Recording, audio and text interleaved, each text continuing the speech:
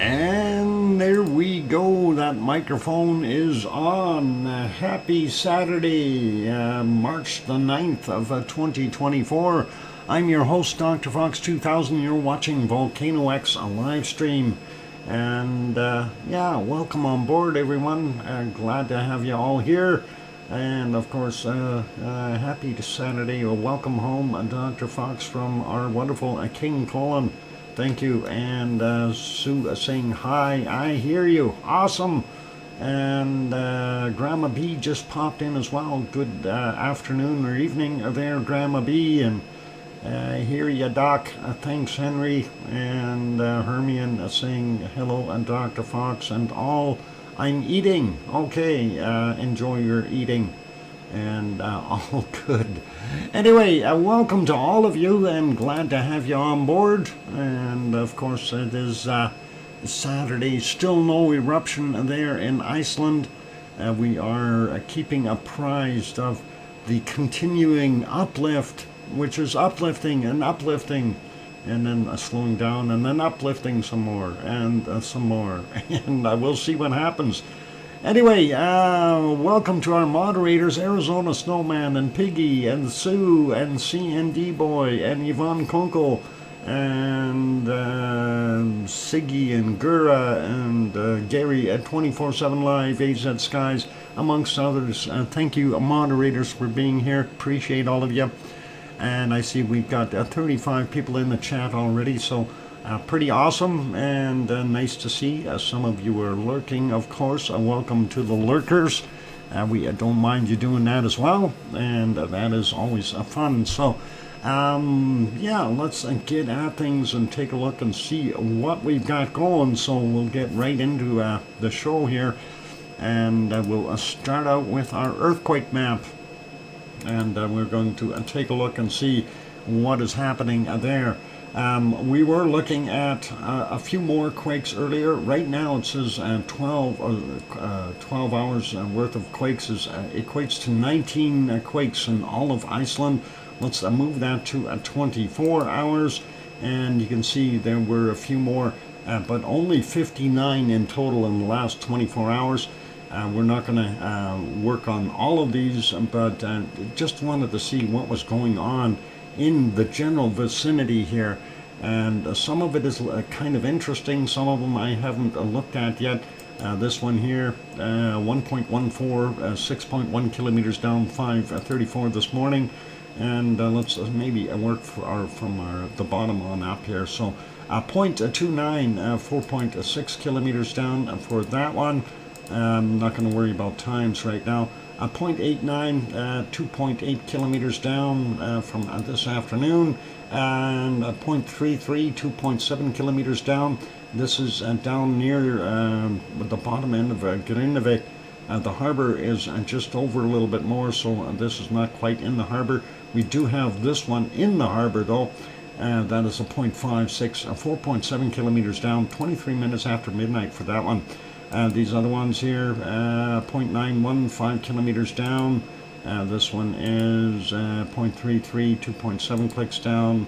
And then we got a 0.67, 5.5 kilometers down. 1.07, 5.1 clicks down. This is a 0.91, 5 kilometers down. And getting further over, 1.32, 5.97, or just about 6 kilometers down for that guy.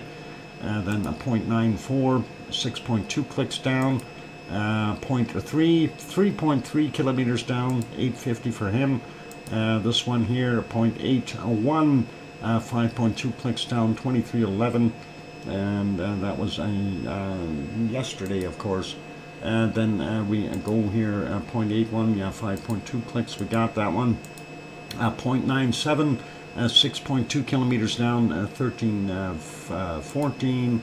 And then we get into the interesting ones. 0.17, 135 meters down.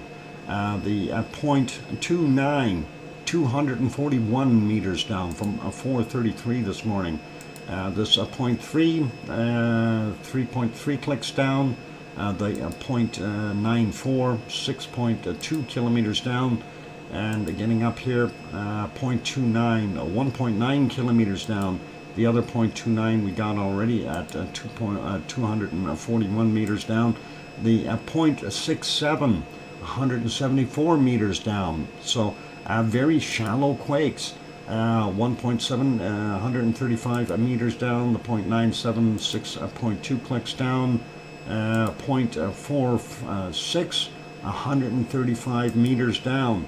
0.67, 174 meters down. So this one, 0.13, 2 kilometers down for him.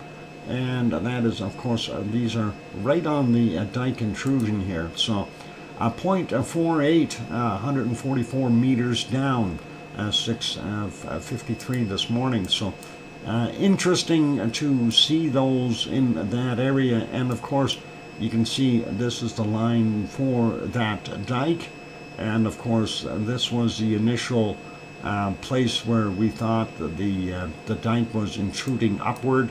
But obviously it's capturing that whole area. So very shallow quakes there, and makes a guy kind of go, what do we got going on down there? I'd love to take a sideways slice out of Iceland and just see. Anyway, 0.43, 2 kilometers down, 8:28 this morning, from 1404, 0.88 there. That is 2.4 kilometers down, and a 1.29, 3.8 kilometers down. So that's 3:05 a.m. Well within that boundaries of the dike intrusion. And I can only say I'm wondering what's going to happen there. A few out here in Fragadal Fjall. This one, of course, being right on the split line here between our two continental plates. A 0.79, 6.2 kilometers down, 1447. A 0.39 here for 6.7 kilometers down, 29 minutes after midnight. And this one from 2245, a 0.72, 5.2 kilometers down. And a 1.32, 7.4 kilometers down from 210 this morning. So that is the synopsis for that area quake-wise. And we really have to wonder, what are we going to see here in the near future? So anyway, let's zoom back out a little bit. Bigger one down here, 2.88, 6 kilometers down, happened at 1524. And again, that one is right on the Reykjavik Ridge. And of course, between the continental plate boundaries. So interesting to see that. Let's move on. We got a 5.5 down here, 200 meters down, out in the water, 1709. This 1.48, 6.1 kilometers down from 441. This one is a 0.48, 5.5 clicks down, 521 this morning. And zooming out a little bit, we get to this 0.09, very small, 135 meters down, and that is from 1358. Moving over, looking at this, a 1.15, 11.2 kilometers down, 957 this morning, and that's on the side of Katla.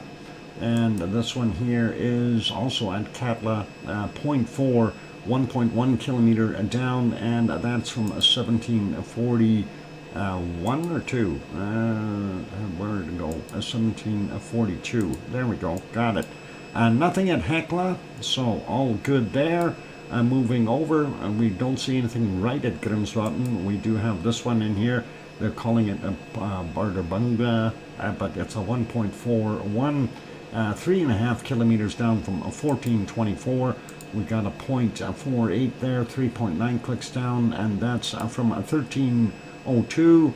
And this one right at Bardarbunga, that is from 1:21 a.m. A 1.24, 7.95 kilometers down. And again, you know, we're right on the continental divide there, so not a surprise. And let's see, Askja has a couple, 0.89, 5.3 kilometers down, and 2117, and the other one is a 1.68, 3.2 kilometers down, 2:39 a.m. For that one. And here's not Bardabunga, Herdebreit. And we've got a few little quakes here as well.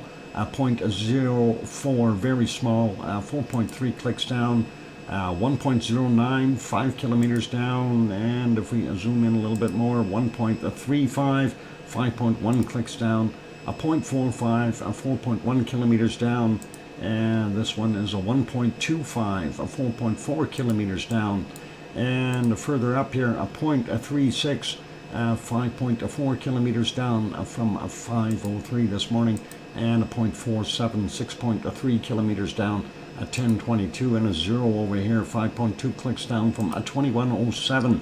So busy area over there. Don't know why everything is bunched up there, but it is. And let's see, and this one, a 0.7, 1.2 kilometers down from 17:35. And then we'll grab these other ones, a 0.91, 9.4 kilometers down, and that is 4 minutes after midnight. We have a 4.9 kilometers down, 4:50 a.m., 1.07, 8.4 kilometers down.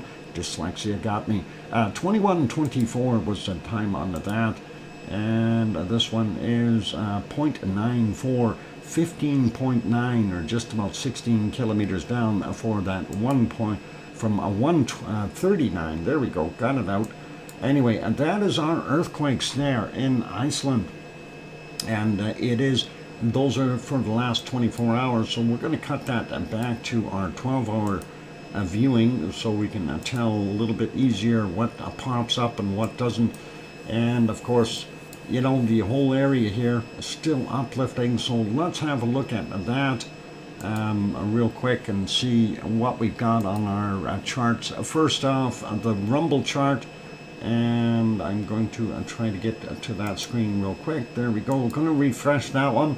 We'll see what we've got. And yep, we can see basically our magmatic, our purple color, going across, doing its thing, and dropping just a little bit here just before our show. And interesting to see it basically flatline like that. Same thing with our seismicity, the green color. And of course we've seen a big drop in that tectonic action, and that just dropped right down, and we can see it really backed off down on the bottom end here. So interesting, but I'm wondering why we're not seeing more pressure there. We need to see things on the up and up to get an eruption. Hopefully it'll happen. Let's take a look at the uplift though, and I'm going to refresh this one as well, just to make sure we are 100% with up to date. And as you can see, just about right off the chart for the one about 12 hours ago. And let's see, actually that'd be almost 16 hours ago there for that one.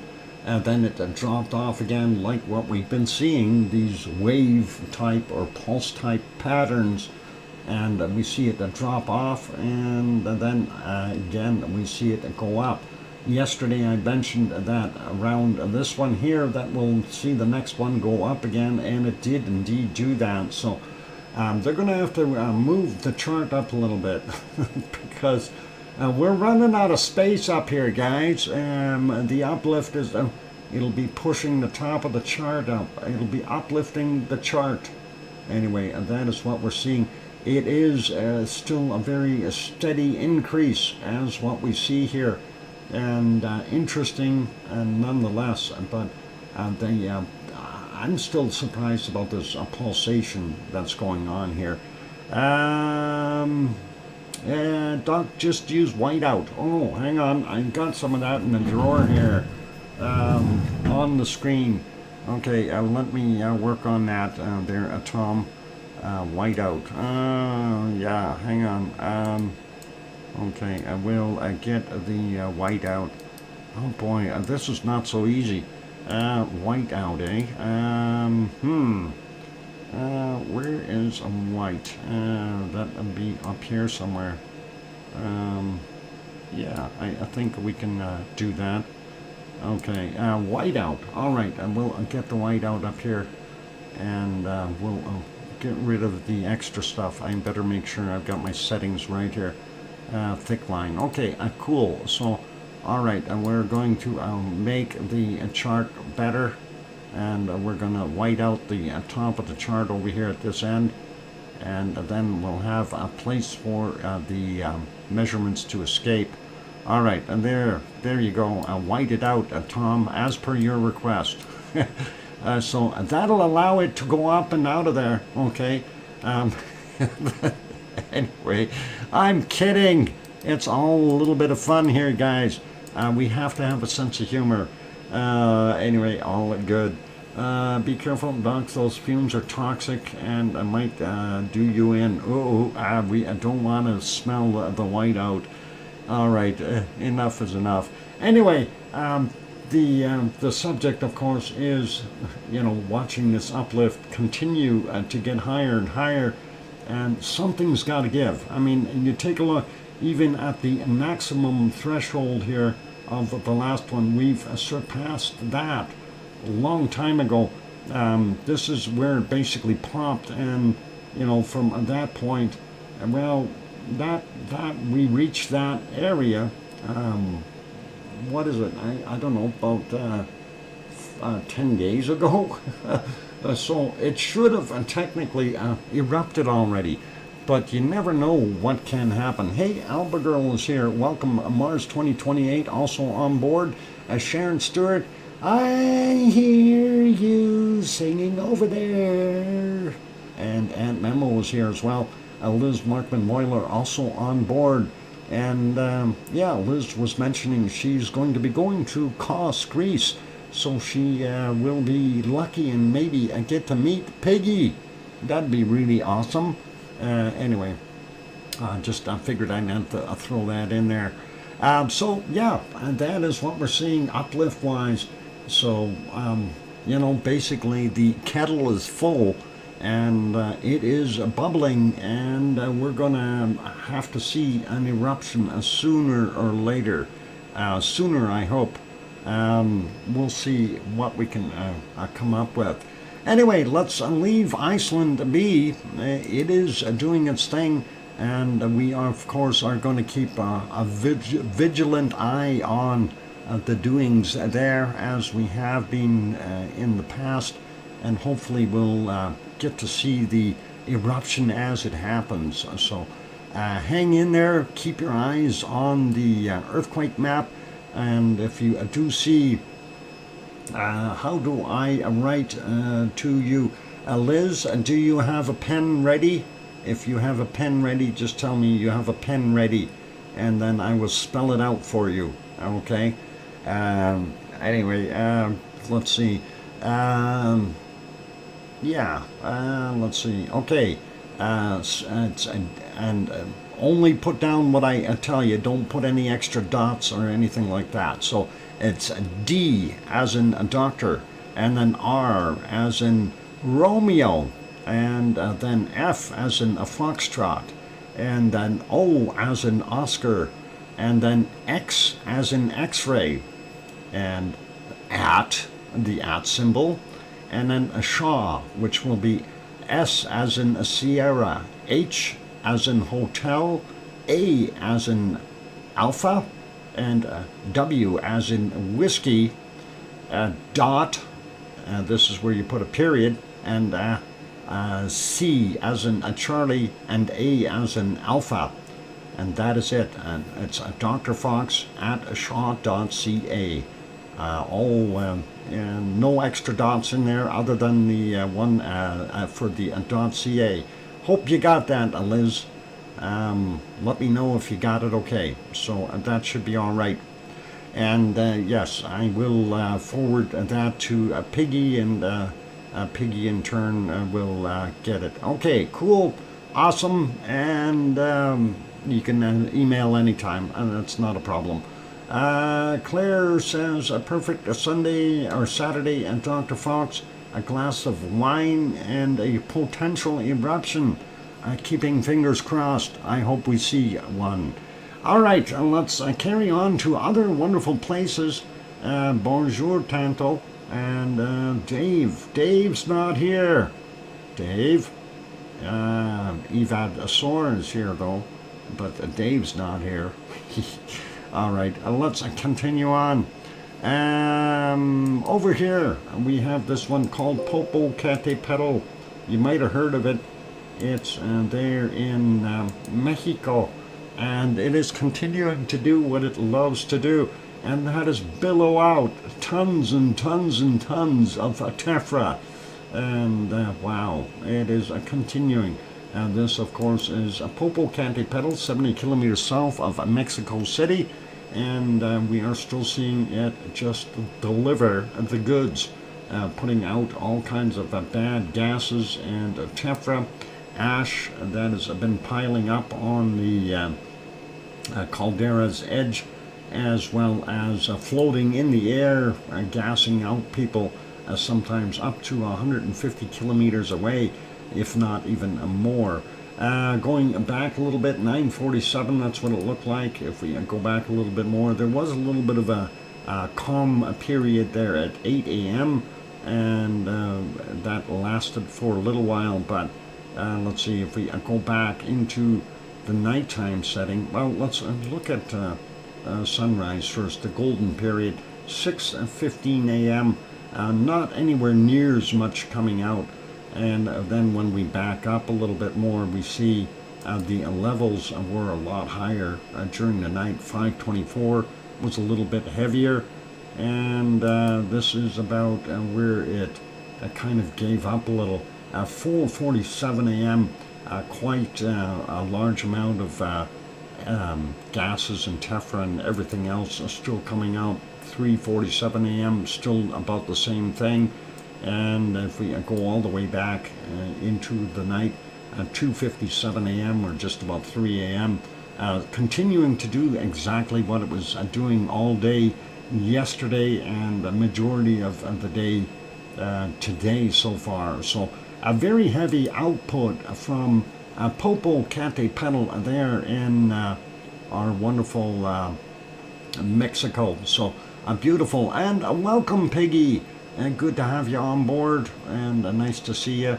Let's see, red wine and cantuccini, I guess is what it is.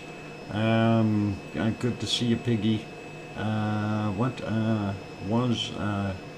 was good, had cocanisto. Don't know what cocanisto is, but I couldn't eat it all. Okay, or whatever that is. Mustn't have been that good if you couldn't eat it all. I'm kidding. Let's go to here. Thank you, Piggy, and thank you, Tom, for that 5-minute warning. I saved this picture, the Messiah volcano in Nicaragua.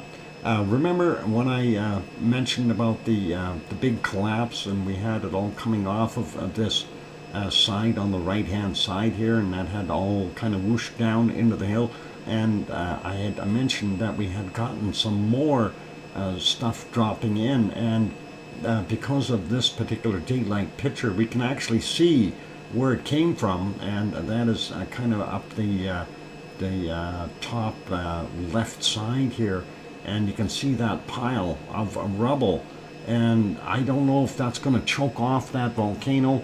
I don't believe it's going to plug it up. I think the heat is still underneath there. I think it's going to take some time to get back through there, but it's going to prolong the process quite a bit, and that is a whole bunch of material that has dropped into that caldera. So our pit of doom is getting shallower. I still wouldn't want to be falling down into it, though. I think you'd have a little bit of a problem, and the fact that the sides are collapsing would make it very, very risky. So hopefully things would be a little bit better. Anyway, just figured I'd show that one real quick. The other one, of course, is not loaded, so that is Rincon de la Vieja. We're going to leave that one. We're waiting for it to reload. We'll go over to Fuego now, and as you can see, Fuego is continuing to off-gas, doing its thing, and we are just about there. I never eat a full meal. Oh, okay. My friend ate it. Okay, it must have been good then. Anyway, you can see what's coming out of Fuego in Guatemala. It's puffing, doing its thing. If we go back during the day, it hasn't been quite as active as it was the past few days here, so things have slowed down a little bit, and I'm trying to find a decent output here, looking at it, and not as big a puffs. So things are a little bit calmer here. Let's see, this one was a bigger one though, and let's see if we can get to the start of that. Let's see, back up a little bit more, that might be about here, and there you can see it billowing out 9:20 a.m. and as you can see right off the bat here, we see a lot of extra dust being raised. That means there is rock material being thrown out, a little bit more of an explosive eruption, if you will, and you can see the tephra dropping down, and of course the raining of the ash as it loses its lift from the actual hot uplift that happens from the caldera. So progressing, and you can see it just start to dissipate. It has done that a few times, and it was a little bit more sizable, like I said, this morning. Here's another one, and again you see the same kind of effect. So definitely doing some stuff this morning, but this afternoon it looks like it's a lot quieter. Here's some more, and you can still see it raining down out of the other clouds here, the ash. Very interesting to see. So yep, a Fuego this morning, lots of action, and I don't know about now though. It's kind of given up a little bit. I was trying to see just right around here. There should be a little pop. There we go. This is 5:35 a.m.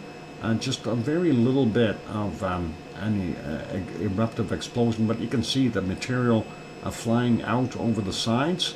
So that is kind of neat to see. And if we go back all the way here, I'm just trying to see if there was anything bigger with a lot more lava involved. And most of those were just glowing cinders, and during the night, nothing really crazy. So, and this is at 3:37. That didn't do a heck of a lot then. Let's put it back to live. The only other one we need to check real quick, well, let's see, still nothing. Let's reload that one, see if it'll load. And let's go to VolcanoX. I'm going to refresh that one real quick. Then we're going to go and take a break. So here in Chile, this is Laguna del Mole, and we don't see any action there, no off-gassing, nothing strange going on. So we'll leave that one, we'll go back to it. And of course the clouds at VolcanoX, making it impossible for us to see much of the volcano. You see a few glimpses of it, but that is it. But it is off-gassing, it is doing its thing, at least we could see that. So that is what we've got going on. Anyway, it is time for me to go take a break, ladies and gentlemen, so we'll get out of that, and we'll leave it actually on Popocatépetl for the time being. I'm going to go take that break. When we get back, we'll continue on. We'll take a quick peek at Iceland and check it just to make sure nothing is popping, and I'm going to go for a break. So for those good folks who are here, if you have not yet hit that like button, please consider doing that. And let's skip this commercial. There we go.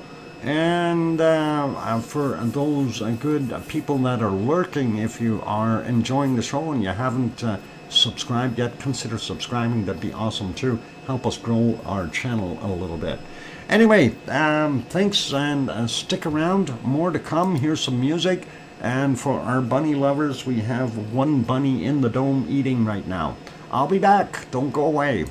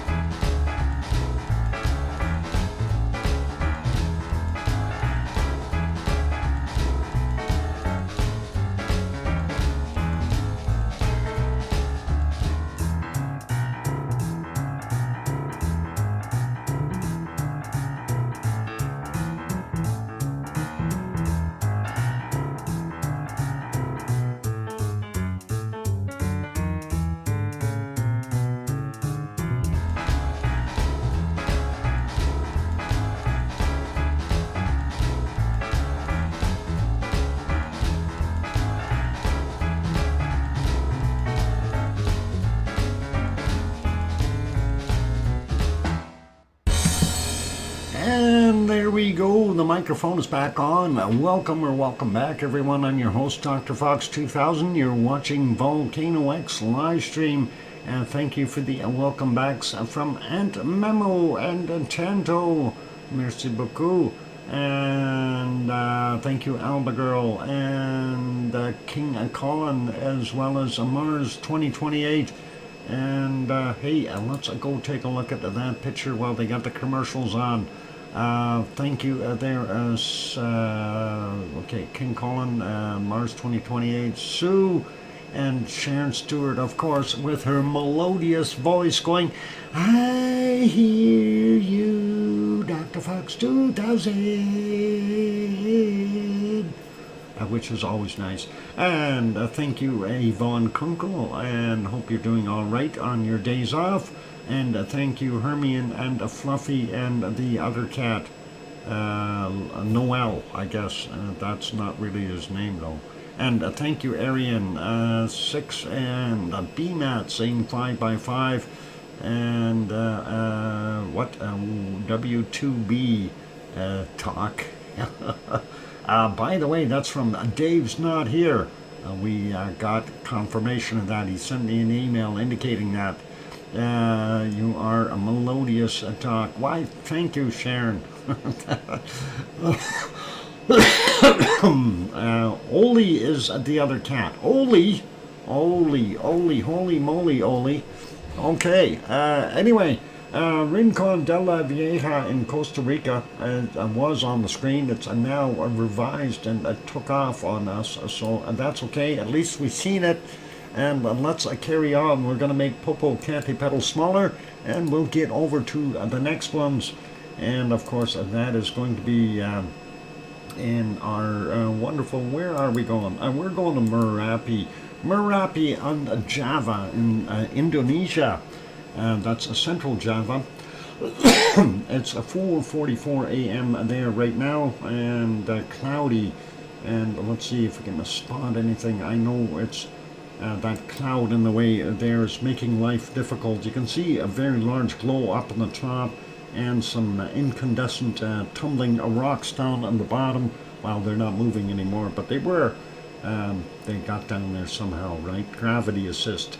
Anyway, if we go back just a little bit, we can see that it was a little bit more of a ooey gooey lava flow, and you can actually see some of that wonderful bacon down here in the color cam on the bottom left hand side. So a little bit of that material flowing down. If we back that up a few feet here, we can kind of watch that in the color cam. Unfortunately, it is behind the clouds. That took off on me. Where'd it go? Oh no, I guess it didn't like me. All right, let's go back.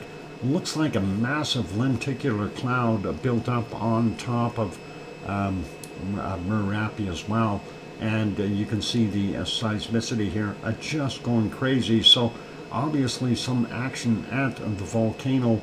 And if we go back a little bit more, like right about here, this is about 15 minutes after midnight. We can see the bacon coming down the hill and that lenticular cloud sitting on top. Very unique, and seems to be something that forms on a lot of volcanoes. So really cute. I prefer Noel, but I know his name now. Oh, awesome. Anyway, seeing that beautiful lava coming down the hill, always nice. Merapi is working on giving us reasonable views, even though the clouds are trying to steal that view away. So yeah, here's a little bit more, but again, a very noticeable lenticular cloud up top there. Kind of nice. And going back in time a little bit more, we didn't see too much earlier, and I was kind of wondering about that. Very little activity, so it may have taken a little bit of a breather, and this gets us all the way back to 5:35 p.m. their time, just before dark.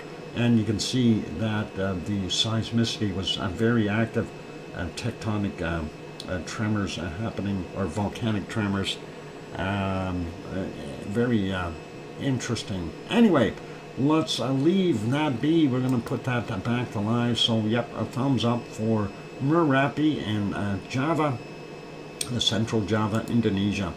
And the next one, we're going to double check and see if they've got anything going.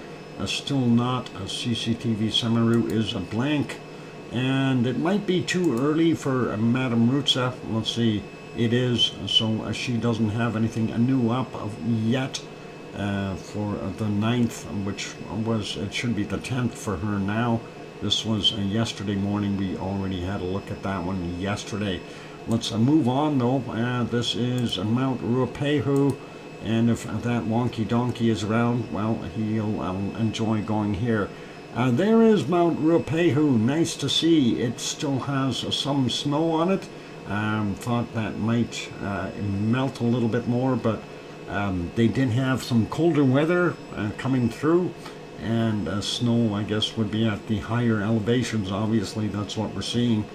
If we go back a little bit, let's spot the big carrot is over here, and they're panning around. This, of course, is looking pretty good there, and I just want to get to the early morning shot here as the sun comes up, see what the sunrise was looking like.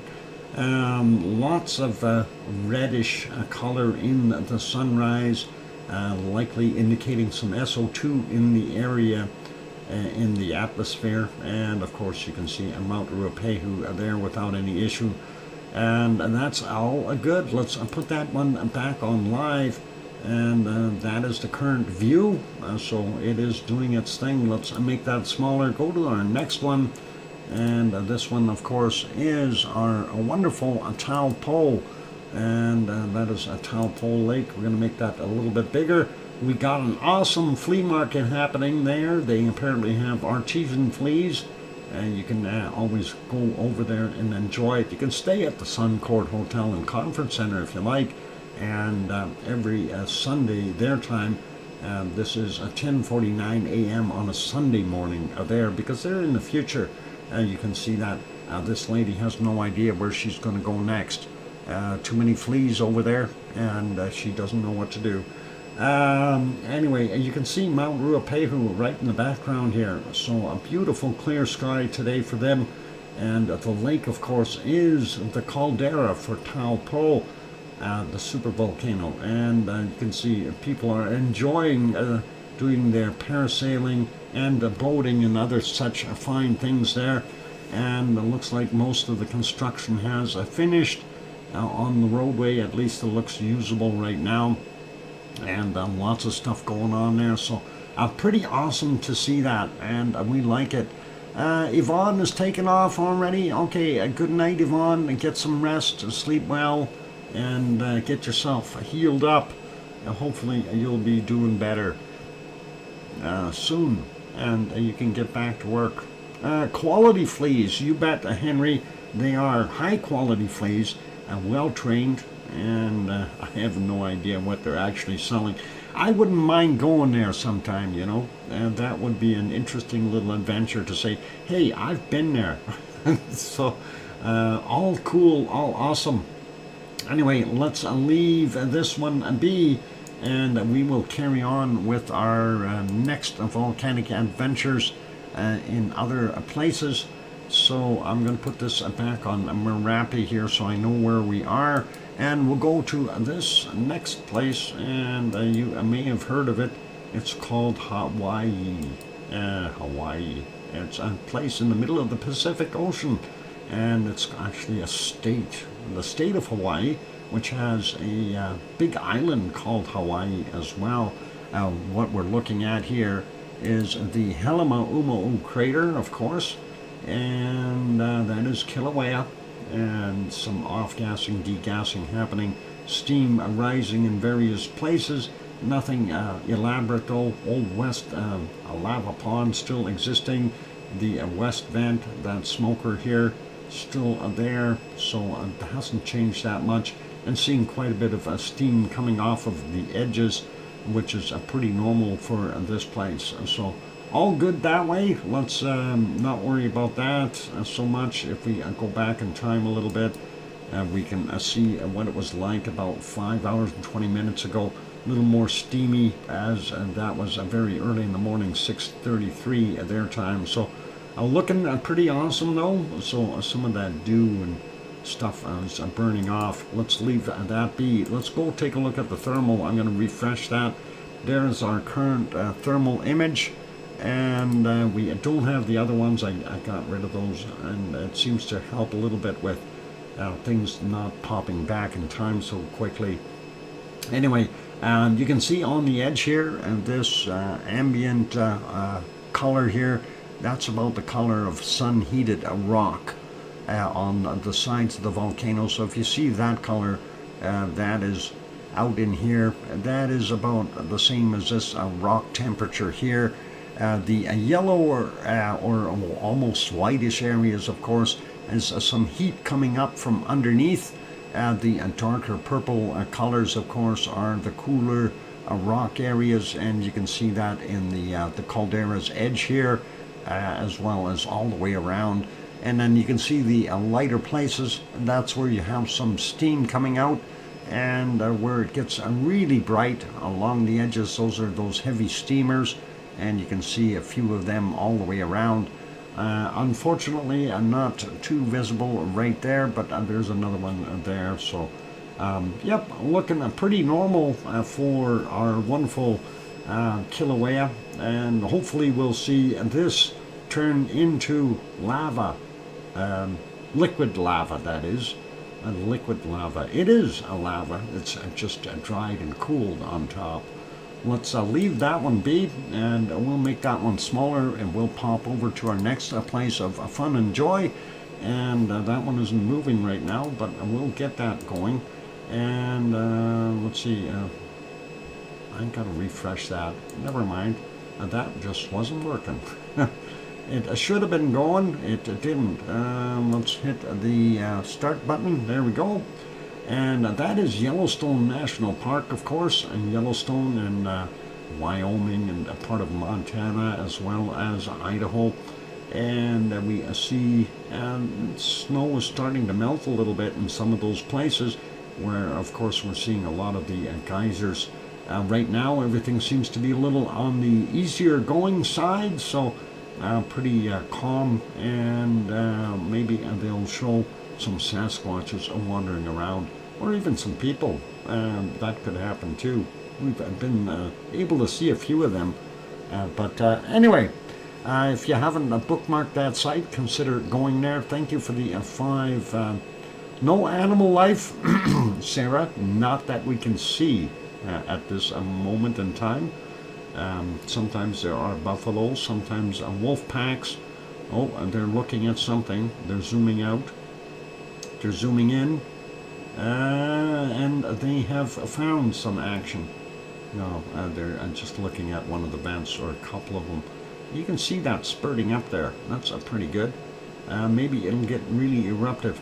And there's probably a Sasquatch in the background here watching, waiting for somebody to put down their backpack, or perhaps a picnic basket, and have a little bit of a snack. Anyway, that looks pretty cool. Let's leave that there. We'll pop over to our next one, and of course that is into Japan, looking at Sakurajima. And of course everybody wants to know, where's the ice cream boat? Let's go over here. Ice cream boat just left. I don't know what we're gonna do here. Sue, get your speedboat. Hang on, is there another ice cream boat there? I can't tell. But the one just left. I think the Sue needs to get gets the speedboat out and get over there real quick. Get some ice cream before he gets too far away. It's either that or we're going to have to wait for the next boat.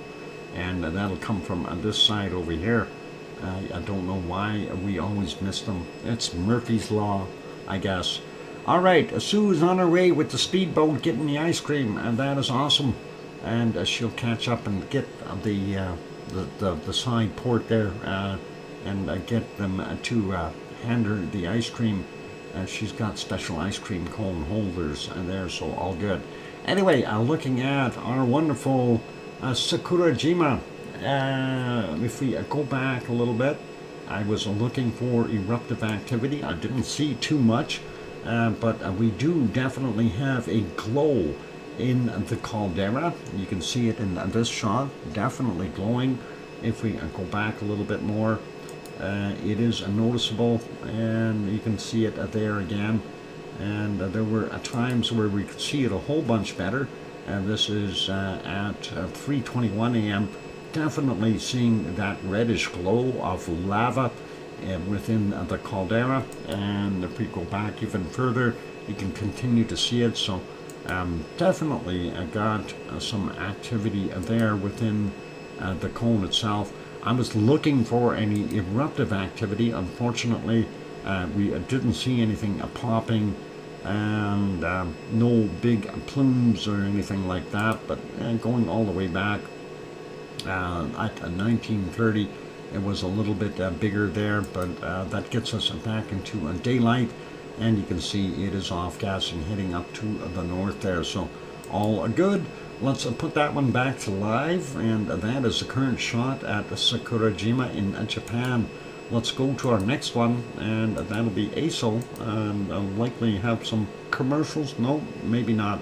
And there you can see some of that steam coming off of there. If we go back a little bit, about an hour ago, yeah, we can just see the steam. We don't see any glow yet, but if we go back here, definitely some glow to it. So lava has got to be present in order to get that kind of a glow in the caldera there. And of course, that is just an active vent within Sakurajima. No, not Sakurajima, ASO, I mean, my bad. It took off on us here. Why is it doing what it's doing? It's a YouTube again. Anyway, that is what we had there. And if we go back a little bit further, we see other times where it was really, really bright. And again, I'm hoping that this will take us back there. It's being stubborn. I don't know what it does. It doesn't like nighttime shots for some reason. I hate that. Go back a little bit more. There we go. See how bright that is? Obviously, something has to make it bright. So very, very cool. And let's put that back onto live. That is Sakurajima. If we go all the way back, I don't think we can really tell what it was like, because this area there was burnt off yesterday, and we did watch some of those grass fires that were intentionally set to help get rid of some of the dead grasses. Anyway, let's make that one smaller. We'll go over to our last one, and that is Asama volcano, about 100 kilometers west-northwest of Tokyo, covered in clouds right now, and I don't know if we had any visibility on it at all. I honestly didn't check earlier, so tough to say. And it looks like some stars up top, but a cloud down on the bottom. And yep, not looking so good visibility wise. And this is earlier at 23:26. And when we get back a little bit more, we do see a little bit of a cloud over top of the volcano again. Hard to tell if that's actually from the volcano. And here at 2030, we can definitely tell it was off gassing. Why is that quality so low? I don't know why. There we go. So yeah, that's what we had there. Even further back, you can see it was continuing to off gas. Let's make that one smaller. Hope Sue has got the ice cream, and we're going to go take that break now. So let's get you back over to Iceland here, and we will go take a break. And when we get back from the break, we will go over the volcano report for today. And on that friendly note, please hit the like button if you haven't done that yet. We're at 96 on my screen here, so if we can get it over 100 real quick, it would be really awesome. Also, for those good people who are sitting there lurking and have not yet subscribed, consider hitting that subscribe button and helping us out and grow the channel a little bit, if you feel we've earned it, of course. On that friendly note, I'm your host, DrFox2000, here in Edmonton, Alberta, Canada. I'm going to go take a break, and when we get back, we'll have bacon seeds. Yay! When is Iceland going to become a hot land? I don't know, Lucien. That is a good question. Anytime. Iceland is anytime. Really. We got to rename it, though. I'm all for renaming Iceland. When you fly over it in the summertime, it's pretty much green, and it should have been called Greenland.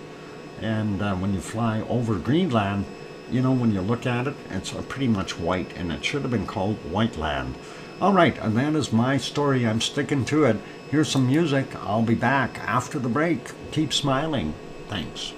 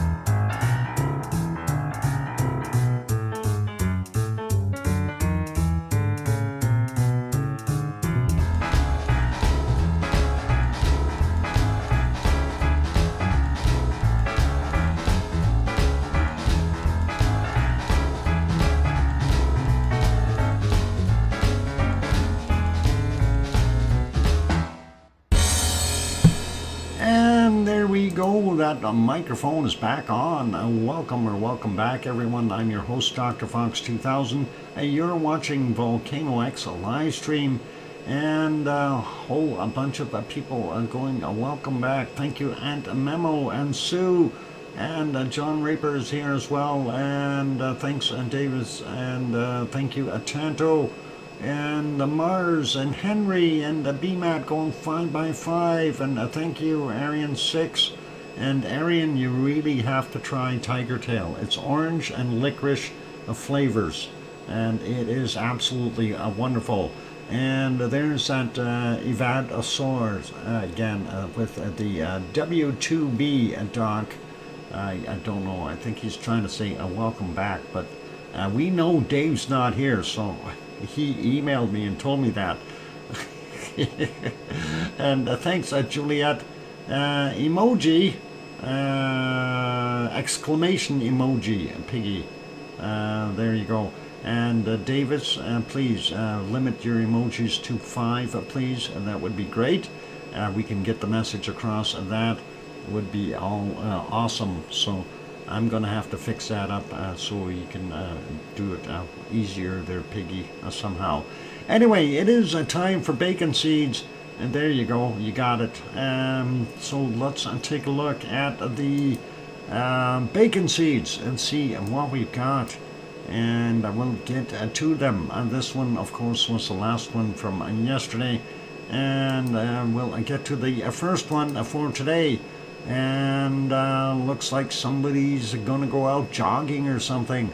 That is, I got some sneakers on. Sneaking around. I don't know how you could sneak around with 4. That must be really cool sneaking. I guess they can be very stealthy, those little pigs. Mini pigs are definitely pretty good at that. Jordans, I have no idea if those are pink Jordans or not. Maybe we should ask Piggy. Hiya in the background, Piggy, no worries, all good. But can you answer that question? Are those Jordans? I have no idea if they make them. Pigskin boots, I don't think they're pigskins, but that's all okay. Here's one that is, we got it covered, yep. Yeah, Augustus, yeah, let the moderators do the moderating, okay? And that's all good. Anyway, Piggy dressed up for going out in the weather. And bacon slickers. Awesome. I love the rain attire, and of course this one just needs to go out in the rain. Sailor Pig. Nikes. Yep, possibly. Next one is this one, and I don't know, alien pig maybe? I think that might be an alien pig. All good. So there we go, and let's continue on here. And this one looks like dressed up as I don't know what, but it's on its way, and wherever it's going, it's got a shirt on, and we'll continue to see that going. Antenna Piggy, yep, take me to your leader. Anyway, a little bit of fun, and all good. And let's see, what's our next one? Somebody is playing music. Oh, it's a caterpillar. It's a caterpillar. Let's see.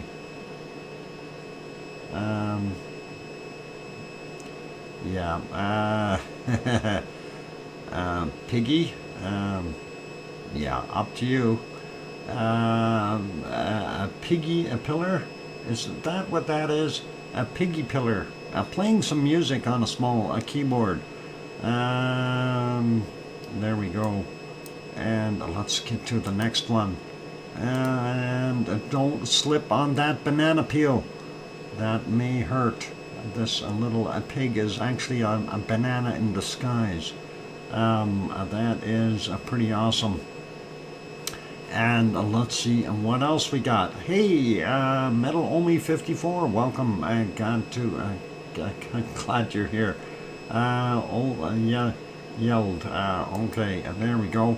Next bacon seed is this one, of course, down by at the cottage by the seashore, and looking pretty much dressed up, ready to go. Gotta love it. And the next one is this one, and of course, enjoy your Saturday. That is always nice. So you get to enjoy your Saturday. Very fitting, considering today is Saturday. Yay! All right, let's go to our next one and see our second last bacon seed for today. And that is this guy. This one has got another heart and got his eyes open this time. So very, very nice to see. And that is awesome. A big snout bopper. And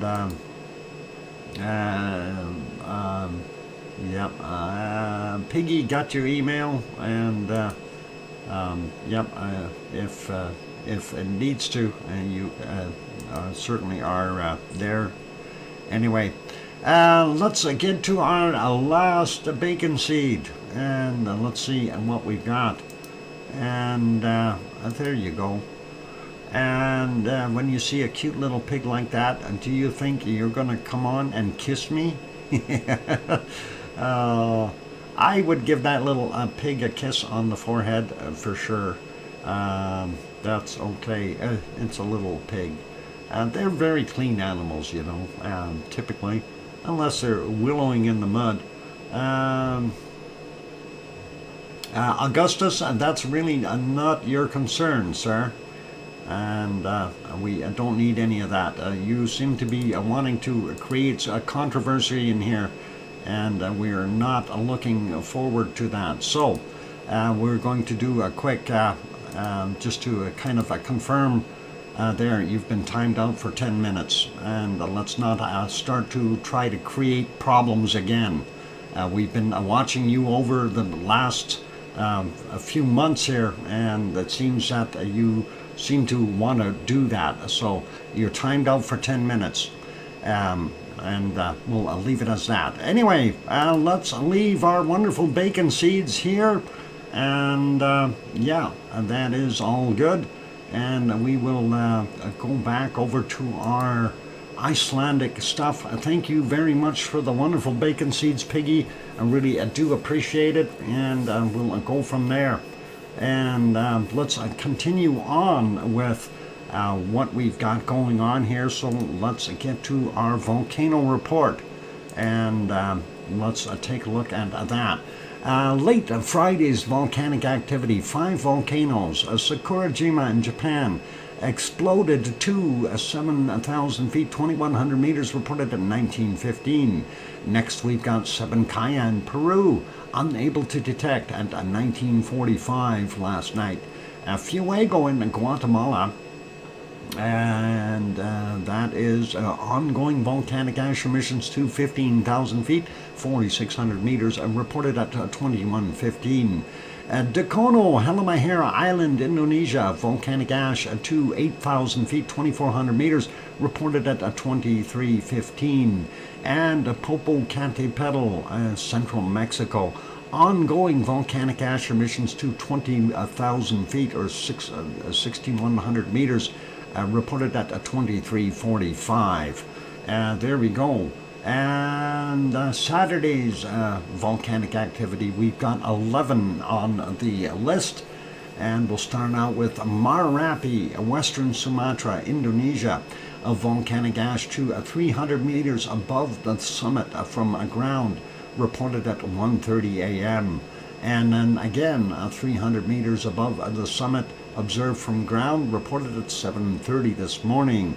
And next one, Sangay in Ecuador, ongoing volcanic ash emissions to 20,000 feet, 6,100 meters, reported at 3 a.m. and again at 1300 or 1 p.m. in Sangay there in Ecuador. Fuego in Guatemala. Ongoing volcanic ash emissions to 17,000 feet, 5,200 meters, reported at 3:15 a.m. Then ongoing volcanic ash emissions to 16,000 feet, 4,900 meters, reported at 1,400. And we have Piton de la Fournaise in Reunion Island. That's a part of the French stuff there. And there's a separate report on that from 4:30 a.m. And next is Ibu Halmahera Island, Indonesia. Separate report for that one as well from 4:41. And let's see, Semeru, East Java in Indonesia. Volcanic ash to 15,000 feet, 4,600 meters, reported at 6:45 a.m. and again at 18:30. And next, a volcano is Sabancaya, Peru, unable to detect, reported at 7:45 a.m. And Popocatépetl, Central Mexico, ongoing volcanic ash emissions to 21,000 feet, 6,400 meters, reported at 9:45. Nevado del Ruiz in Colombia, new volcanic ash emissions observed to 22,000 feet, 6,700 meters, reported at 11:45.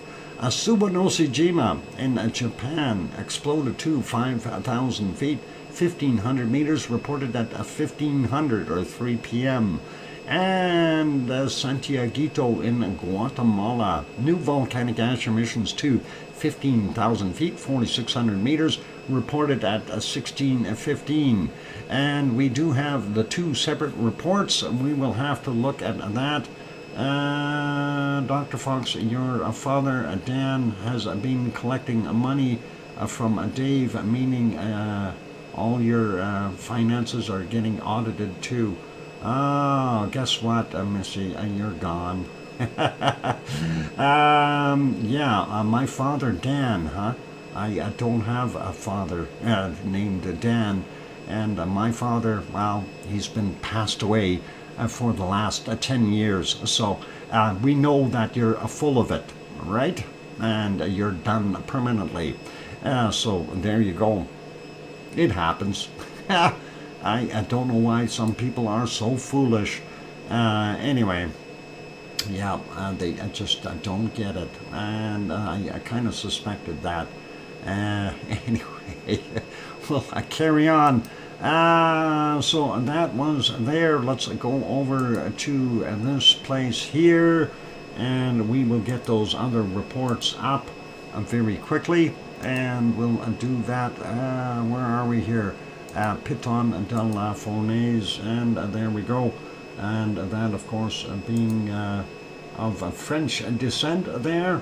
And let's get rid of some of the commercials. It's a shield volcano. It is 2,631 meters in height, and it is doing an awesome job there. The Observatoria Volcanici di Piton de la Fournaise, I messed that up, informed about an increase of seismic activity at the volcano. The seismic instruments detected 13 volcano tectonic earthquakes on the 5th, 7 on the 6th, and 7th of March. So 7 on the 6th and 7th of March. Got it. Located at a depth between 1.5 and 2 kilometers under the crater there. The Dulu Mio crater, if I said it right. Earthquakes have been of a low magnitude, i.e. weaker than a magnitude 1. The elevated seismic activity follows a resumption of the ground deformation since mid-late February. The resurgence of the seismic activity follows of the pressurization of the magma within the magma reservoir and signals it's resuming. This process takes several days to weeks until pressure within the chamber is significant enough to trigger magma intrusions into the dike slash dikes. And on the contrary, signs of elevated activity may cease.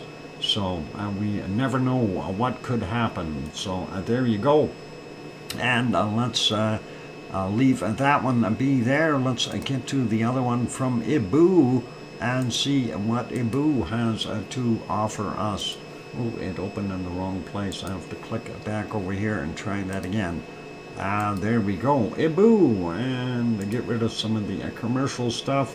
And there we go. A big, beautiful picture of a huge plume coming out of Ibu, and we know that is always an awesome sight.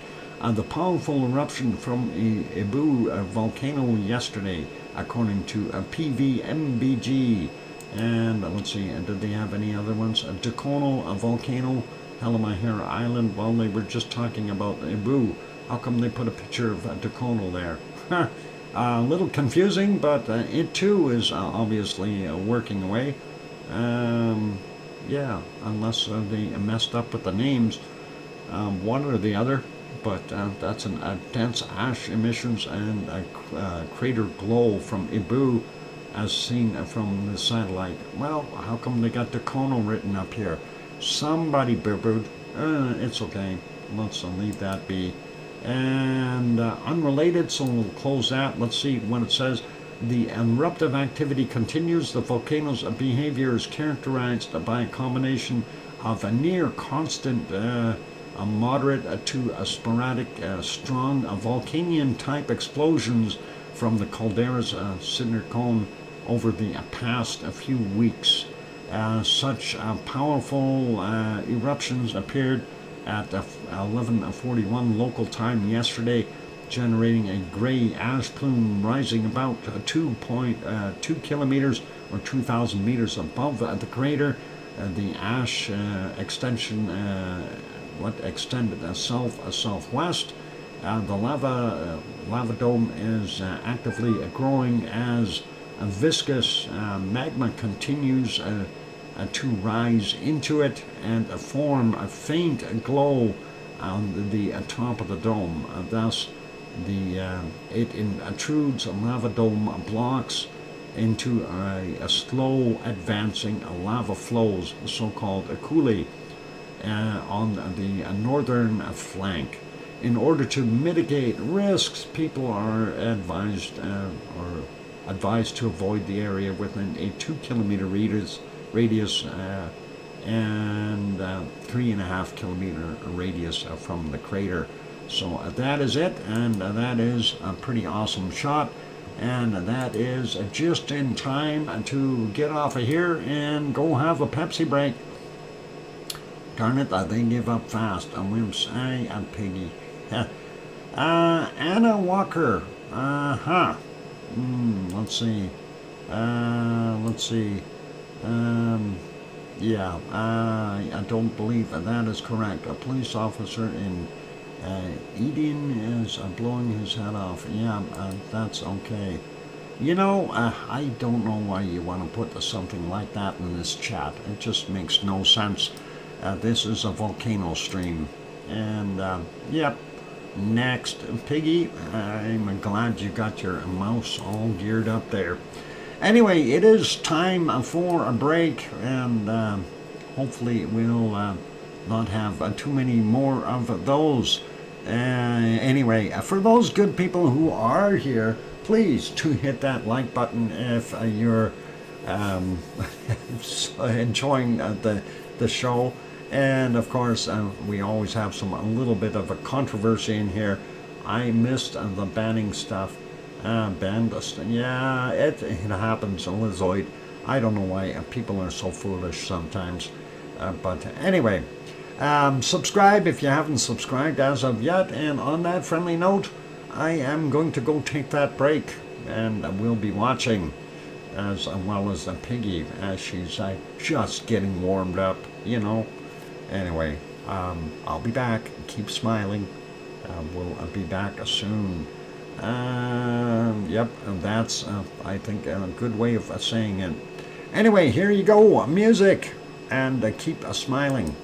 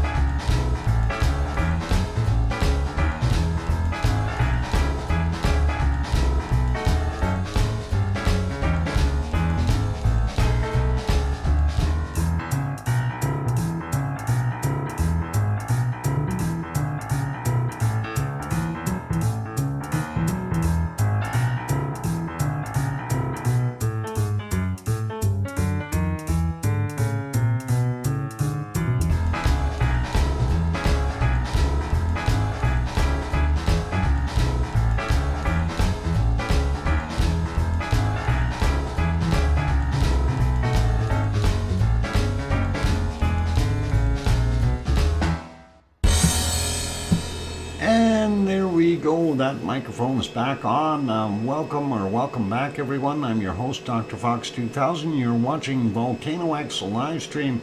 Thank you for the welcome back there from Arian 6, as well as Aunt Memo and John and Sue and Tanto. And Dave's not here. Thank you. He changed it again. NFL shorts. I hope that you have a clean NFL shorts. Thank you, March 2028, and BMAD as well, and Ken Wilson, welcome back. Good to see you. And thank you, Grandma B and Henry as well, and Piggy saying welcome back, Daddykins. Awesome. And let's carry on with the other stuff. We did do the volcano report. Big thank you to Sue for that one, if I didn't mention that earlier. And of course, we are continuing on with our other stuff around the world. We had a look at our basic volcanoes, and we wanted to get over to our earthquake map and see what's shaking. And that is that's what's next on the agenda. So a little quieter day today as far as tectonic stuff. Let's see. You know what? A volcanic jumper. Have a nice day. That's how it works. So there we go. No problem. He's banned, and so are you. And we will continue on with the list of things that we got to get done. So let's get over to there. Anyway, looking at what we got for earthquakes starting up here in the Kamchatka Peninsula. Oh, we don't see too much up there at all. And going across the Aleutian Islands, we just go all the way across and see that, yeah, this is kind of normal there in Alaska, sliding down the western coast of the U.S. and Canada. We don't see anything really outrageous. Some small ones in here to be expected. We're not going to worry about those. Sliding down a little further, Central America, nothing new there either. Nothing else over in eastern U.S. or Canada except for this little 2.8 in South Carolina from 7:27 this morning, 2.9 kilometers down. Not sure exactly where that is located. Let's see. Just outside of Columbia. I don't know what they were doing there, but that is there. So that is all good. And going here into our Virgin Islands and Puerto Rico region, and we see more of the normal stuff, 3.6, 3.4s, and of course that being a subduction zone from all the way around here. We will continue to see quakes there. That's pretty normal for that area. Nothing out here at Easter Island, sliding down the South American coastline. We have a little bit more activity in Chile and possibly Argentina, depending on where that one ends up. This one is a 4.4, 9:43 a.m., 111.1 kilometers down. Oh, that is still in Chile. I thought that might be a little closer to Argentina, but a 4.4, 1:57 a.m., 123.7 kilometers down. Next one is a 4.8. From 1258, 121.5 kilometers down, and 4.5 also in Chile from 2:22 a.m. and that is from 91.8 kilometers down. And then we've got this one, a 4.9 at 12:23, and that is 10 kilometers down as well. That's out in the water on the subduction zone. Sliding down a little bit further, looking at South Sandwich Islands. I don't see anything out there. And following through, looking at our Antarctic rise or ridge. I don't see anything there that is new. And nothing new over 4 in New Zealand, of course. And Kermadec Ridge, all looking all right there as well. This one is where it's in Fiji, not Tonga, but close. It is a 5.5 in magnitude, 5:01 this morning. Our time, 576.7 kilometers down. And we keep going, nothing in Papua New Guinea, nothing in Vanuatu, and looks like nothing in Indonesia at all too. Very quiet, and I'm happy to see the area here in Mindendo Island is not shaken anymore. And going up a little bit further and towards Japan, that includes from Guam on up through the Marianas. I don't see anything there. We do have one up here, 4.9, up in the northern portions of Japan, out in the water. So I don't know how much it would have affected anyone. That's yesterday's at 22:18. Was a sneaky silent attack. Uh-oh, a piggy.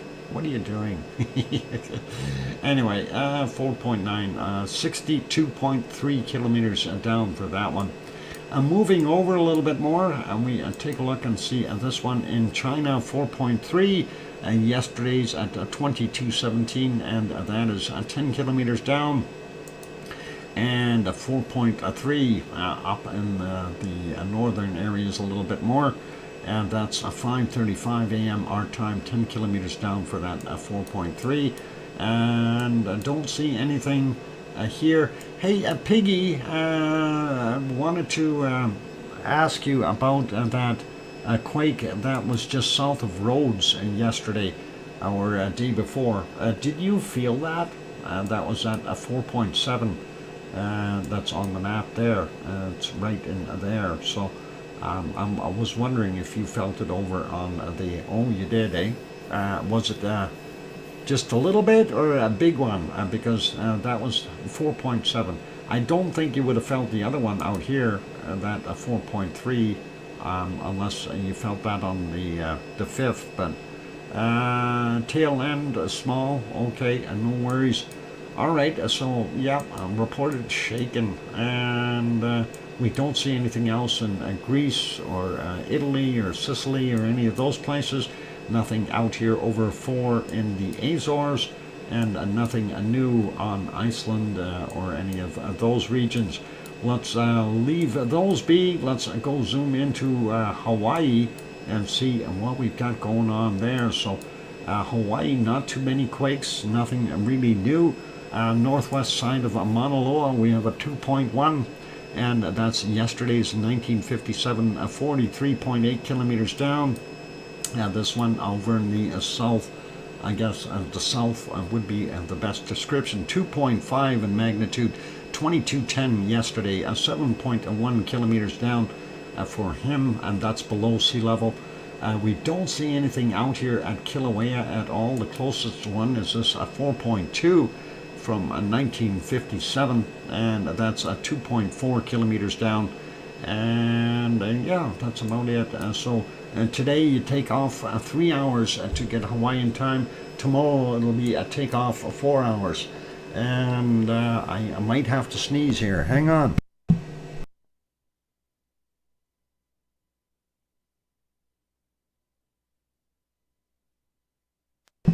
Okay, you know, when you want to sneeze, it doesn't, and when you're not expecting it, it will. So, yep, it didn't sneeze, so no need for the blessings. And 1.7, 1607 yesterday, 32.4 kilometers down, passes Dr. Fox a tissue. Oh, thank you, Piggy. I have got some of those right here, so all good. And let's see, next one is this one here, 2.0 from 1628, 33.3 kilometers down. This one is a 2.5, just about on the shoreline itself there. And that is 1835 yesterday, 31.4 kilometers down.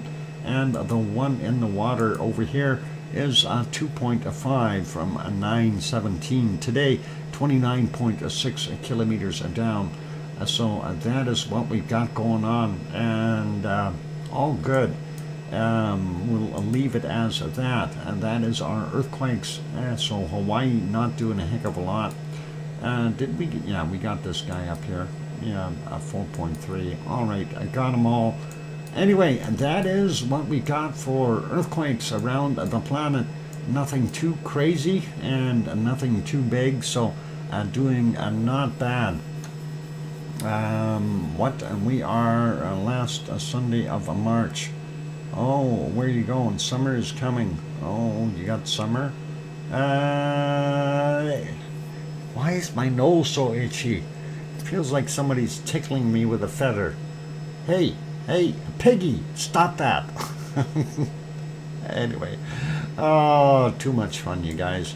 All right, let's leave those quakes there. We're going to get over to our SO2 map, and we'll start that out right off the bat and not waste any time here. So getting on to that, we are using windy.com, and that is the map we like to use. It's 4 Celsius here in Edmonton, and we got clouds today, 4 tomorrow, 3 on Monday, and 2 on Tuesday. So above freezing temperatures, all awesome.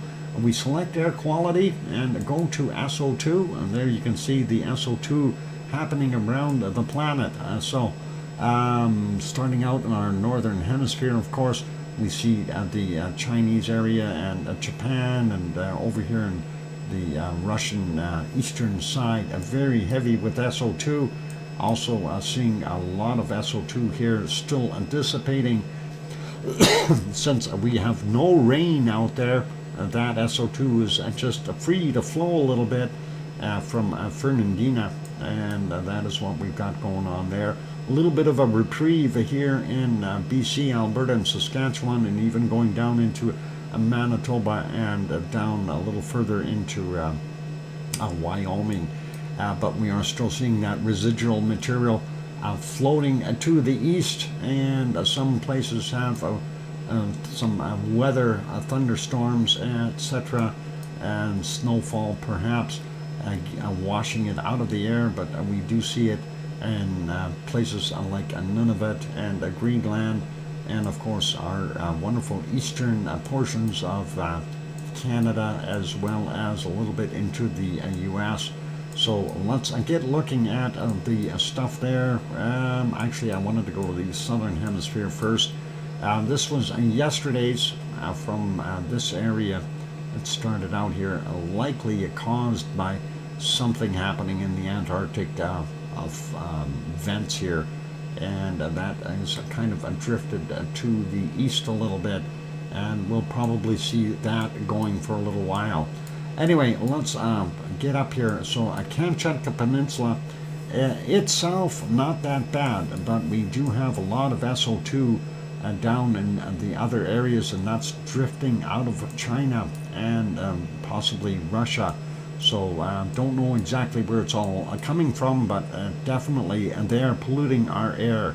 We've got Shivlish and Klyashevskoye and Bezimiany, and Karimsky and Matnovsky as active volcanoes are there on the Kamchatka Peninsula, and this heavy plume coming out of Ibiko on Paramashir Island, and I don't know how much Chikarachki is adding to it, but it is definitely there.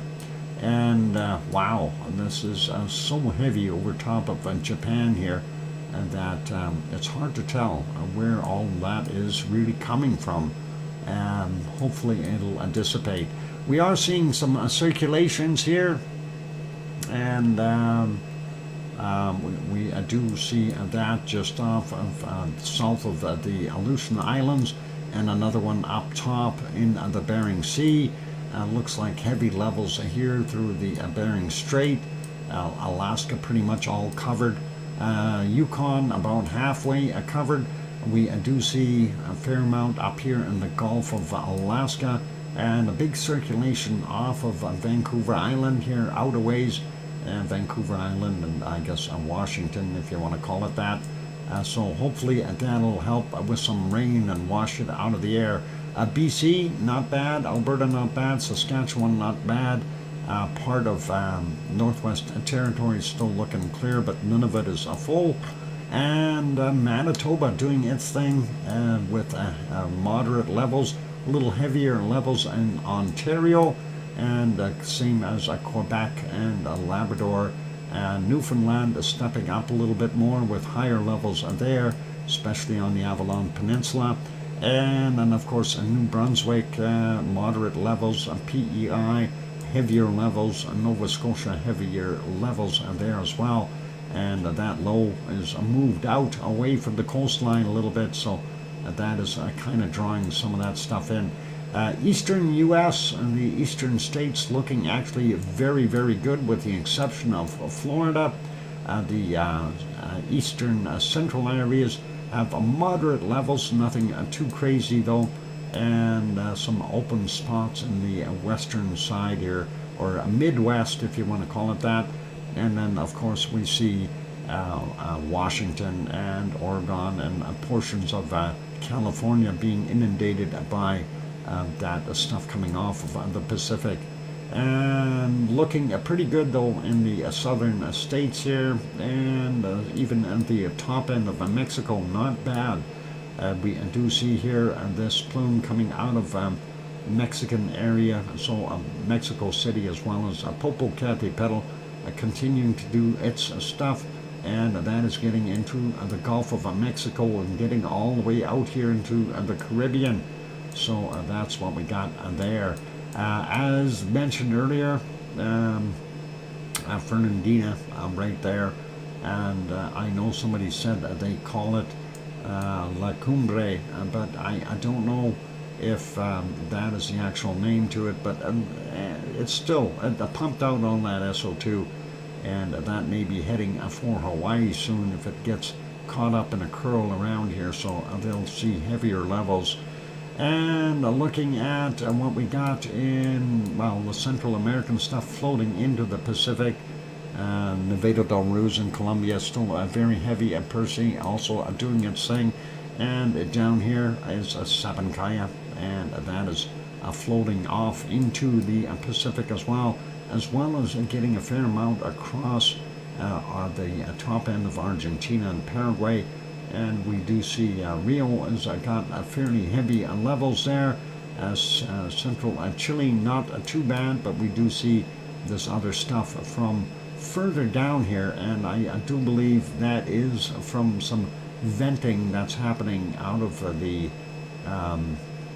subduction area in this region. So, of course, this is the South Sandwich Islands. This is an all subduction zone over here. So Michael, a volcano, doing its thing here with that little two there, if you want to call it that, and doing its thing. Hopefully they'll get some rain. And let's see, we'll get in here, and I'm looking at the clock. We still have a few minutes. Anyway, that's all good. We see a White Isle volcano doing its thing north of New Zealand, and then of course the oil refineries and the coking plants there in Australia doing their stuff. Tonga still off-gassing fairly normally, and there we see that circulation in Vanuatu, and that is Yasur, Gawa, Eoba, Abrams doing their thing and swirling around. Papua New Guinea not looking too bad there, and pretty normal if you ask me. And then Luotulak here throwing out a fair amount of SO2, about half of Timor-Leste is covered. Looking further over though, this is our wonderful Semeru, East Java doing its thing, and of course this is Merapi's result, plus there's some other industrial stuff in there as well. And Jakarta has stepped it up a little bit again, a little heavier today than it was yesterday. Then of course we see a little bit of a plume coming from our Krakatau right there. Welcome, Arizona Snowman. You teached me well. All good. Anyway, there we go. And of course down here, Carinci. There we go. Carinci. I gotta say it right. So that is creating some of that plume. And of course Marapi up here doing its thing, off-gassing as well, or degassing. All good. And then, of course, we have our wonderful Cinnabung doing its thing as well. And what we'll do is we'll hit Ibu and Dacono real quick, and then we'll take the break. When we come back from the break, we'll cover the rest of the Philippines and the Japanese islands and so on, and work the way through the rest of it. In the meantime, we'll put you back over here, I think, or do we want to go to, well, we could go back over to Popocatépetl. Popo is continuing its onslaught with a very, very heavy ash coming out, so let's have a look at that. And there we go. Stick around, you guys. More to come after the break. I'm your host, DrFox2000, here in Edmonton, Alberta, Canada, and we'll be back. Keep smiling. Hit the like button if you haven't done that yet. Also, if you have not yet subscribed to the channel, consider subscribing. That'd be really awesome. On that friendly note, I'll be back. Keep smiling.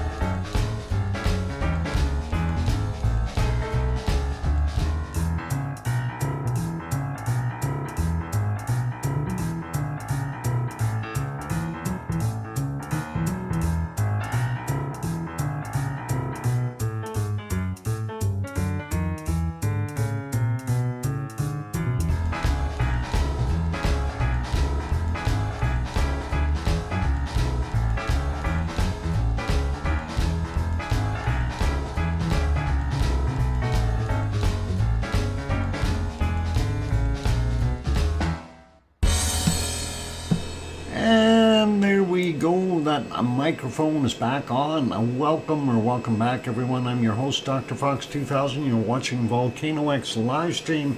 And thank you for the welcome backs from Sue and John and Tanto and Mars and Dave. Dave's not here, though. And thanks, BMAT, for that 5x5. Love those Popo plumes.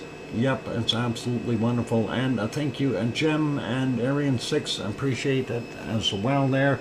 And yeah, awesome.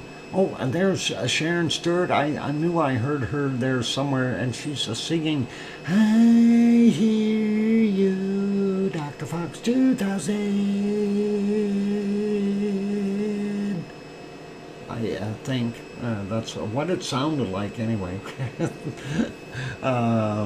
I'll have to find out if she's got music playing in the background when she's singing that, and that'll be interesting to hear. But we'll try that sometime. We'll find that out. Okay, so all cool. Let's get back over to our SO2 map and carry on from hence we stopped at. And let's see if I got to get on that map. And yeah, we did Ibu and Nicole, and we were going to continue on here, looking at what we've got coming from Mayon right in here. Some SO2, but the levels aren't really heavy duty. We see the Taal volcano putting out a fair amount as well as Singapore. So all good. And yeah, actually, what was I going to say? No, never mind. We'll keep going. Looking at here in the Marianas are still doing their thing. Taiwan looks pretty normal. And it's going to be tough calls down here and the bottom end of Japan, because they already have so much SO2 sitting there.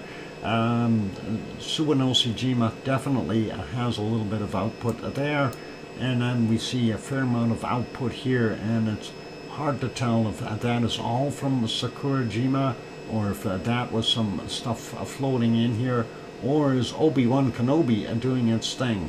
I know Sue's going to spell out the right name, and then I'll try to remember it again for at least 30 seconds. I don't know. There it is. Kushni Oirabujima.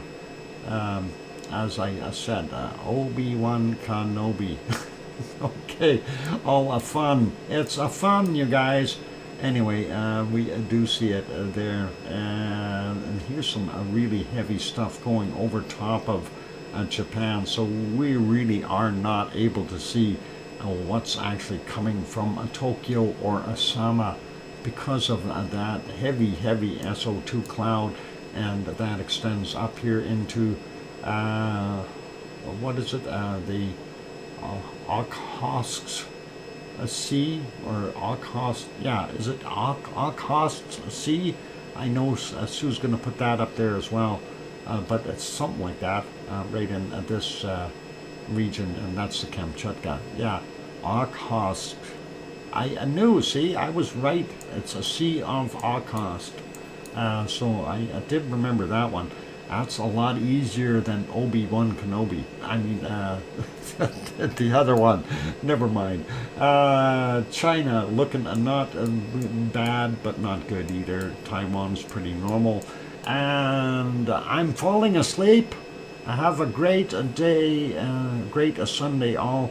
All right, Arian 6, get some rest, and good night to you. India, fair amounts of SO2. I know my voice does that to many people and makes them fall asleep. And listen to my voice. You want to sleep now. Arian 6, your eyes are really heavy. You want to fall asleep.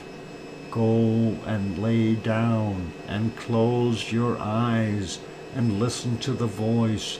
You're getting sleepy, and you're getting sleepy. Think of a volcano in your mind with a lovely slow lava flows that are out in the open and not going to hurt anyone, and it's so peaceful and so gentle, and you're falling asleep, right? All right, that's enough. I'm falling asleep. India, normal. Let's see, where are we here? Africa, South Africa, gold smelting continuing. That low still sitting here, that big storm developing. And further up here in the Democratic Republic of the Congo, we've got Nyamuragira and Nyiragongo, as well as up in Ethiopia, we see the Danakil Depression, Erta, and it has stepped it up a little bit, unless that's some of the pollutants coming through, in addition to what we have at Erta. The heavy spots here in Saudi Arabia and Kuwait, and even up here in Iraq, and there's a couple of refineries in Iran, not sure exactly where they are. Those are oil refineries, and then of course we have some up here in north of Cairo, from what I understand. We have one here outside of Beirut, and then there's of course about a few up here around the Istanbul region. They're all contributing to the dilemma, as well as well, every other thing that's out here too. Piggy's place, she's got 10.2 parts per million, so that's a little heavier today. Hopefully that'll ease up. And of course Mount Etna, as I got that plume going out into the Mediterranean, and of course Stromboli is still helping. And looking at these wind patterns, though, I think that stuff may drift a little further north and not get so much into the Aegean Sea. So hopefully that'll work. Anyway, not bad levels on most of Sicily, and the top half of Italy is not bad. The bottom of the boot looks like it stepped in some yellow paint there. And looks not bad there on Sardinia, and then of course zooming out a little bit here, Portugal and Spain, not bad for the most part. Half of France is okay. Tanto's place has a 4.57 parts per million. Hopefully that's not anything too bad there, which really it isn't. Bottom end of Germany looking not bad. Top areas so not so good. Berlin fairly heavy up there. Hamburg a little bit easier, and then of course we look at Belgium and Holland, and well, the western part of France fairly heavy. Most of England and Wales and Scotland and Ireland have moderate levels all over the place, and moving up Denmark, kind of a moderate there as well. A little bit heavier levels in Sweden right now, and the northern parts here of all three, Finland, Sweden, and Norway, going across, a little heavier. And of course we need rain to get that out of the air, right? Of course Iceland is getting some stuff here too, so I don't know what to do with that. That's going to be coming from both directions here shortly. This low in here, I hope there's a lot of moisture in there, and dumps it out and gets that washed out of the air, so we can breathe a little better and stop making the SO2 over here. It's bad enough the volcanoes do it. All right, that is it for that part of our map. Our SO2 levels around the world relatively high, but if we go back down here, well, we see this stuff, you kind of got to wonder what's down here in the oceans that is causing that. And of course we know that's kind of a U-shaped subduction zone, so a lot of tectonic movement and heat there, so hopefully it'll be okay. Let's leave it as that, unless anyone has anything that they want to ponder, and I think we're all good there. Good night, Claire, and let's leave that be, and we'll head over back to Iceland here. More seamounts maybe, and you know, that's what I'm thinking, Sue. That's pretty much what would happen in those areas, or even just the underwater fissures. Something can open up and just spew out gases. thermals down in seamounts or thermals, all the same really when you get to it, but they're definitely there and they're definitely doing their thing. So hopefully it'll be a little bit quieter. And let's see, what else we got? Yeah, I don't know if I want to start the weather till we I'll have a break and then go do our thing. Sorry I'm late. I woke up from the nap and hopped right on here. Susie, oh boy, you should have been here, and you should have give your late note to Piggy, but she already went to bed, so Piggy can't take your late note. Anyway, a little bit of fun there. It's all right. No spankings. We don't do that kind of thing. That is beyond us. We're too sophisticated. We use electroshock therapy. Just don't do it again till next time, okay? That's all I ask, Susie. Alrighty. Anyway, I am gonna go take that. Why only do beatings? We only do beatings. Yeah, that's it. So, oh, so mean, so mean. It happens. It's all good. We're not worried. Yeah, bite your tongue, Sue. Hang on. Sue, I think you may have said that incorrectly. I think the we should have been I instead of a we coming from you as far as that statement. Anyway, what Sue's hope helps huge on our bunny cam. Yeah. Speaking of bunnies, yeah, the one that was there earlier today was Limpy. And of course I went to the window he was just leaving, and I opened the window up and I said, oh, hi Limpy. And he stops and sits down and he looks up at me and he's kind of listening to me chat to him. So I thought that was kind of nice that he stayed, he stopped and stayed and kind of paid attention to what I said to him. So he looks pretty fluffy though. He's got a nice a good-sized body on him, so he's not starving. And one of the things I do have to emphasize here about the bunnies, I think we've got 5 bunnies here now. 4 that I know of for sure that I've seen at one point in time, but I didn't see Limpy amongst those 4. So I'm thinking that there are 5 rabbits here. And I don't know who they are. So and the food quantity, of course, is being eaten fairly quickly. So I definitely think there is 5, and that's pretty cool. But 4 is still a good number too. So far out of them, I only know that 1 is female. The other 3 boys for sure. So we'll see what happens. And Susie, easy on the amount of emojis. 5. I know you're trying to put 5 bunnies, but yeah. Hey, Tanto throws in a wonderful super chat. Thank you, Tanto. That was very kind of you.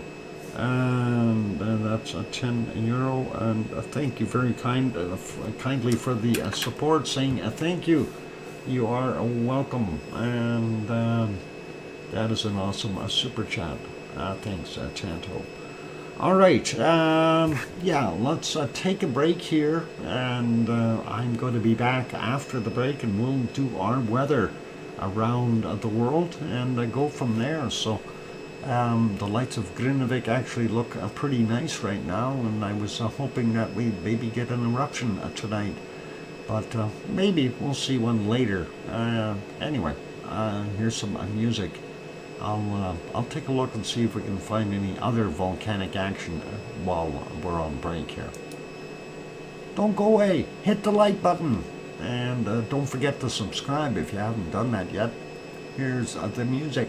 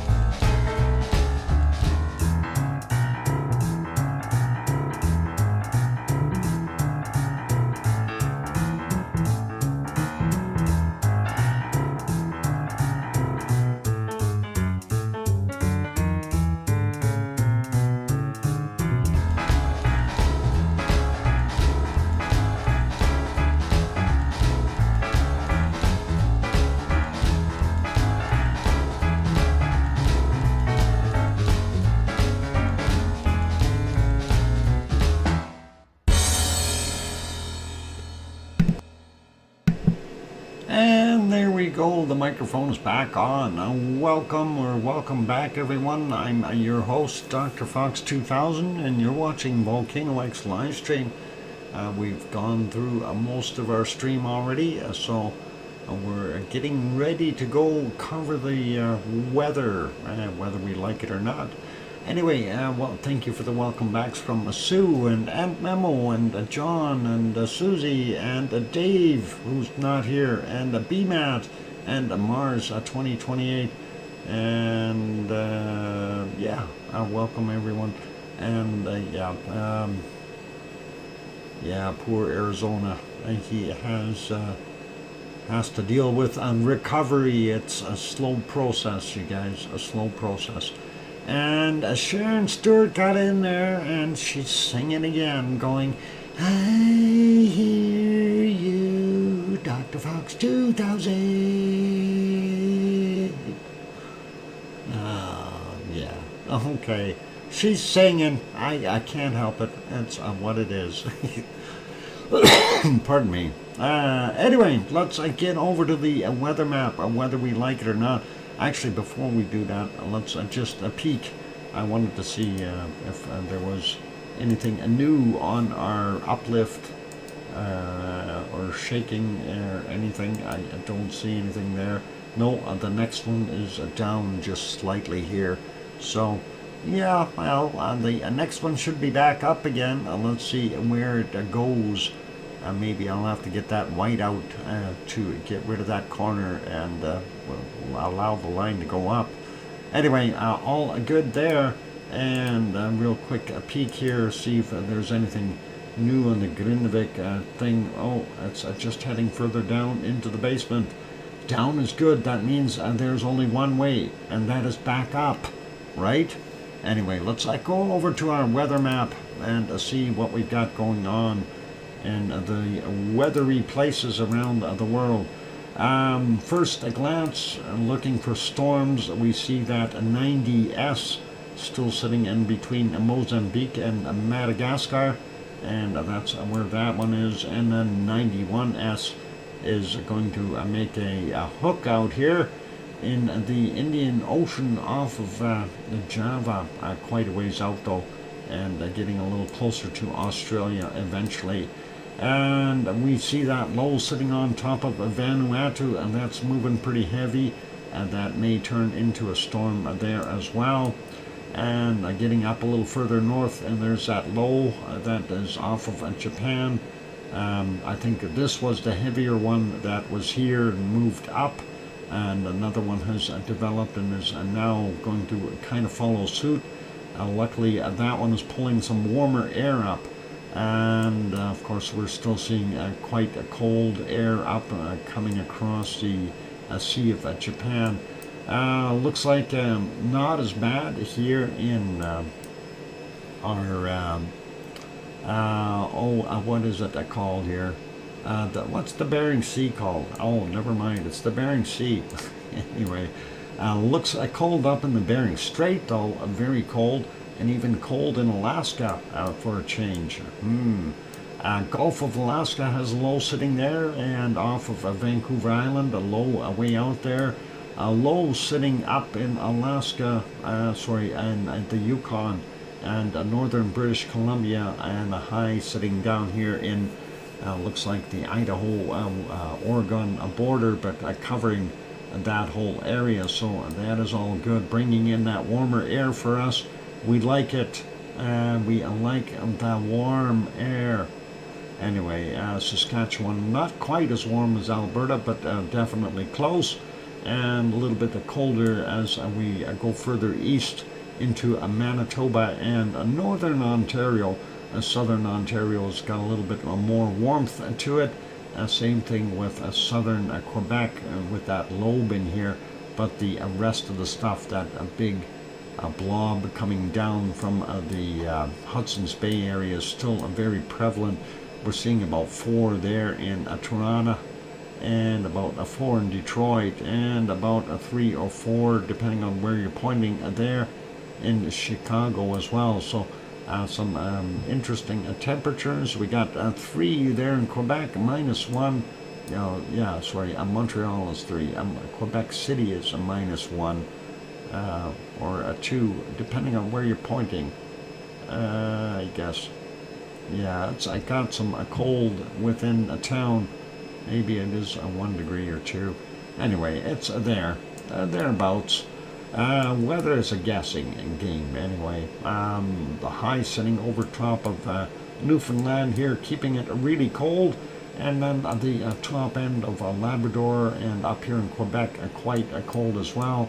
Let's go back down here, look at, Nova Scotia isn't that bad. Halifax sitting at 0, a little cooler in New Brunswick and PEI, so hopefully it's not so bad. Maine has still got some cold spots here, down to about 5, minus 5 Celsius that is, but you know, Portland like there 2 degrees Celsius, so a little bit warmer. Vermont and New Hampshire a little bit on the cool side yet too, and it looks like everything else is warming up though. Philadelphia up to 8, New York is 7 right now. Virginia Beach coming in at 14. Grandma B's house is sitting at 18 degrees Celsius, so like about 65 Fahrenheit. Very nice temperature. Charlotte slightly cooler at about 14, and then we get over to Atlanta, we see a 14 there as well. Jacksonville 22, Orlando 26, getting back to what they should be at 25, 26 in Miami as well. That is awesome temperatures. New Orleans 17, Houston coming in about 15, San Antonio 16, Dallas is about 12 degrees, and Oklahoma City sitting at about 9 roughly. So that is what we got there. We do see some of that warm weather, and that is just absolutely incredible. We're seeing 19, 20 degrees here in Montana, and that is pretty wild for them to have that right now already. And even out here in the Washington desert area, if you will, a little bit on the warmer side, up to about 14, so that is really good for them. Seattle is 8, 10 in Portland. Eugene coming in at 10 as well, and Redding up on the top here is 14. Sacramento in the middle about 17. San Francisco 13, 14ish in that area, and Fresno 21. Bakersfield is baking at 23 degrees Celsius. Los Angeles sitting at about 20, and got some variable temps all the way around it. Las Vegas is sitting at about 19 right now, not bad for there. Phoenix is 23. Up here in Prescott is about 12. Looks like they got a little bit of a cold thing around them. And Flagstaff a little bit colder yet at 7 degrees. Tucson was about 20 degrees. Mexicali coming in at a whopping 24, and we see some really nice weather in Mexico temperature-wise, looking pretty darn good. Mazatlan here 23 degrees. Puerto Vallarta is sitting at 22, and some awesomely hot stuff up to 38 there. Let's see, there's a 39. Do we see any 40s in here yet? No, up to about 39 degrees. And the interior of hang on, 41 right there. I spoke too soon. 41 degrees. Wow. They're in Mexico. So the city of Mexico, though, sitting at about 27, 28, and that's not bad for them. That's kind of warm for them. They don't usually get that for a little while yet. But hey, it's all good. We're seeing some good temperatures down here in southern Mexico as well, and the Yucatan is warming up. The jungle areas, Cancun actually showing 27. Speaking of Acapulco and Cancun, there's 27 there as well, and up to 32. Central America looking gorgeous with 31, 32 degrees there in most places. And we see very, very nice temps. Let's go look here. Wow, 37 in parts of Colombia, and going up the river valley here, we do see those warmer temps. So pretty hot stuff for them right now, and looks like up to 36 so far there in Venezuela. Beautiful jungly weather. and let's see, about a 33 in Boa Vista, and surrounding areas maybe up to a 34 degrees. A quick look at the Amazon basin at 27s, 28s, going down through everything here. 27, 28, there's a 25 in here, and a 29 in there. So yeah, roughly 27, 28 degrees throughout for the most part. Guayaquil in Ecuador is sitting at a 29. If we go down a little further, Lima, Peru, sitting at a 23. Santiago, Chile, where did it go? I missed it. Santiago, where are you? There you are, and 20 degrees there. And looking at some of the stuff in Argentina, up to 34 degrees I've seen. And there's 32s in that area, 31s, 33s, and there's another 34 there. So they're not bad, and that would be about the same in Paraguay and the jungle parts of Bolivia and Brazil here, right up in that range as well. Rio de Janeiro 28 right now, Sao Paulo sitting at about 24. They have that low here, that is probably causing some weather for them, whether they like it or not, right? And going down to the bottom end of Argentina, it's not too bad, but starting to cool off. We're seeing that cold air blowing in from Chile through the mountains and the higher elevations. Moving over a little bit more and taking a look at New Zealand, and we see Christchurch sitting at about 17, 18, and places up to 25 degrees on the South Island. The western side, where the mountains are, is a little bit on the cooler side, of course, getting hit with some colder air. And looking at Wellington on the North Island, we see 16 right now. That's not that warm. And Hastings is sitting at about 18, Taupo 17, and Hamilton is 20, and 20 up in Auckland. And we see temperatures up to about 23 degrees up on the peninsula. Moving over, looking at Australia, well, let's look at Tasmania first.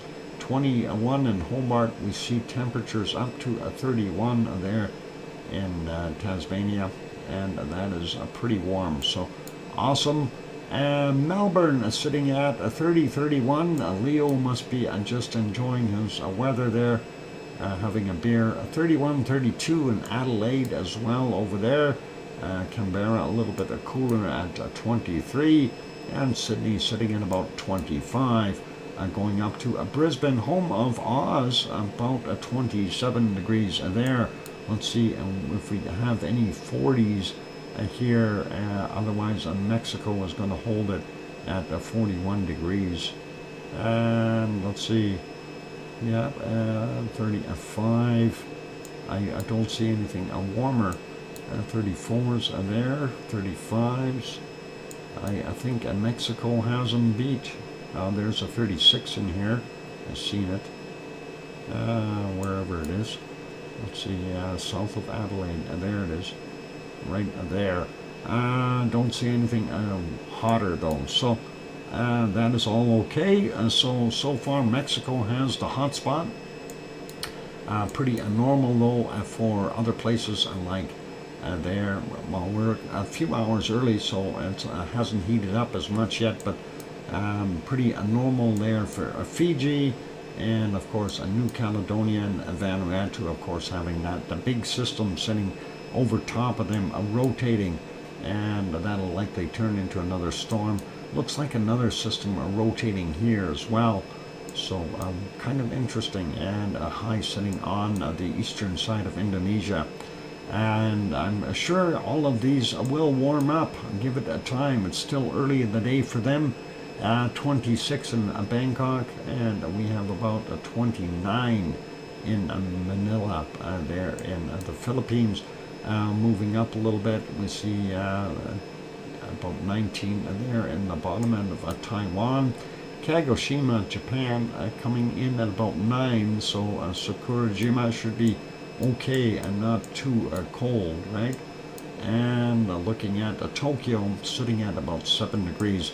A little further up, Sapporo is a -4, -5. And then we see the rest of it here in the Kamchatka Peninsula down to about looks like a -11 is the lowest I've seen there. So warming up there. India, Delhi coming in about 12. Jakarta is sitting at about a 15. And looking at southern Africa here, we're seeing up to 29 degrees and up to 30 degrees out here in the water by the storms. So interesting to see that. And let's see if we spot anything hotter here as things cool down for a nighttime there in Africa. It looks like 33 is about the highest I've seen so far in here. I don't see anything warmer, at least not yet. So, yep, I still think Mexico has it. So they're not doing so bad.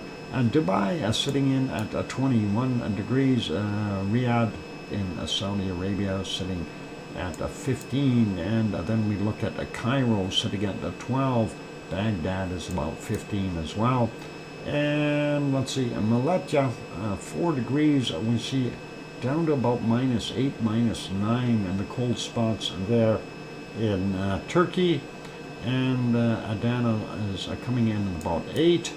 And let's see what Piggy has for her place in the island of Kos.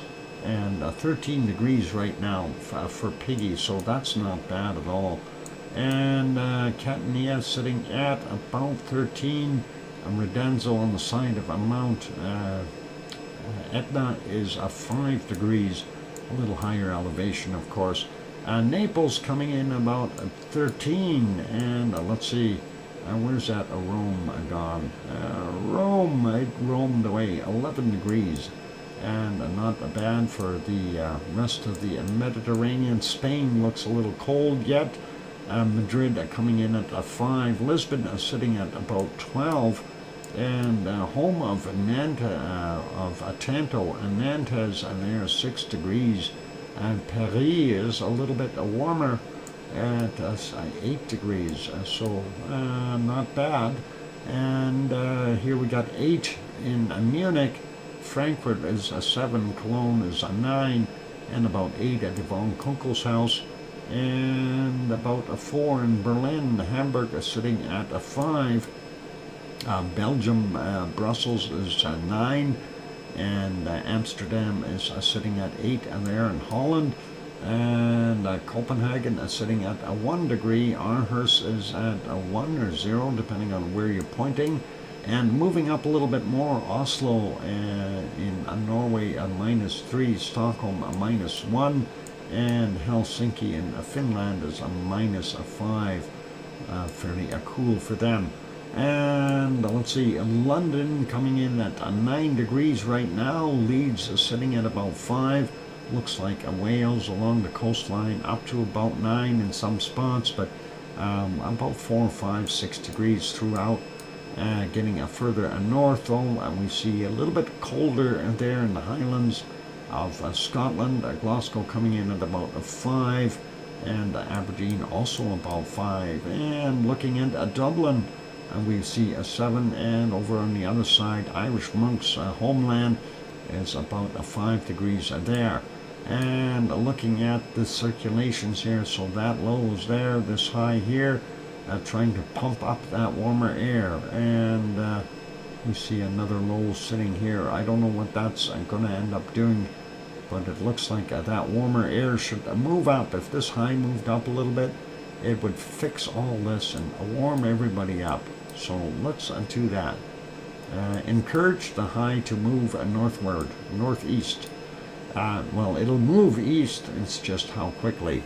It's something to do with the way the planet spins. Yeah, you know, the flat Earth, right? Anyway, Reykjavik is sitting at about 4 degrees. Grindavik coming in at probably about 5 degrees. Rankensbar about 4. So that is what we got there in Iceland. And looking at the rest, let's see what our cold temperatures are around the planet. And we ought to get something really cold today, at least a minus 70-ish down there in Antarctica. Let's see if I can find it. There's that low. There's a minus 69. And I know there was a minus 70 there. There it is, minus 70. I've already got there. All right, I'm looking for minus 71. Minus 70 is had. We need a minus 71 for Antarctica. And Sue is probably scanning other things. Minus 70. Looking for minus 71. And let's, I zoomed out too far. Getting over here, 50s, 60s. There's a low, nope, and that is only a minus 50 something. There's a high, that is what I want to check. And there's a minus 60. We already got minus 70, so I don't know if I'm going to be able to find anything colder. I'm going to have to settle for that minus 70. We'll leave it as that, a minus 70 for Antarctica. Let's get up to Greenland and see what we've got there. Well, down on the bottom, it's not very cold. Let's see what we got here. Minus 34 so far. 34, 30. Ooh, what about in here? Minus 39. Let's see if we can find anything colder. There's a minus 44. There's a minus 46 in Greenland, right there on the screen, a minus 46. Let's see if we can find a minus 47. No, minus 46 for Greenland. So far, let's go check up here. Minus 46. I'm not seeing anything colder there. All right, let's leave Greenland be, minus 46. And now we'll find what we got in Canada, and there should be some cold temperatures here. Minus 45 already. And what do we got here? A minus 40. No, that's not that good. So, yeah, so far a minus 45. Let's just zoom in case I missed something here. Minus 45. Yeah, I think that's about the coldest that we're going to get right over here. So we'll go carry on and look for other cold spots. I'm sure we can find something colder here. Minus 40 in here somewhere. No, those are a little bit warmer. It's warmer there. Minus 39. Nope. 39. Not good. Not good. What about these icicles over here? Minus 41. There. Not so good. And minus 42 I see in there. Okay, but that is not working. There's a minus 45 right in here. But these are all, there's another minus 45. Let's see if we can find anything colder there. I've seen a minus 46 in here as well.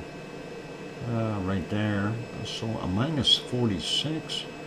There's a minus 44s, 42s, and let's see, 40s, and that's all good. All right, let's go here, and we're going to find some colder places. What about these spots here? They have to be colder. We like a cold. Minus 42. There's a minus 43. And what have we got on this side? Minus 40s. No. Not there, not there, not there. What about down here? No, nothing super cold there.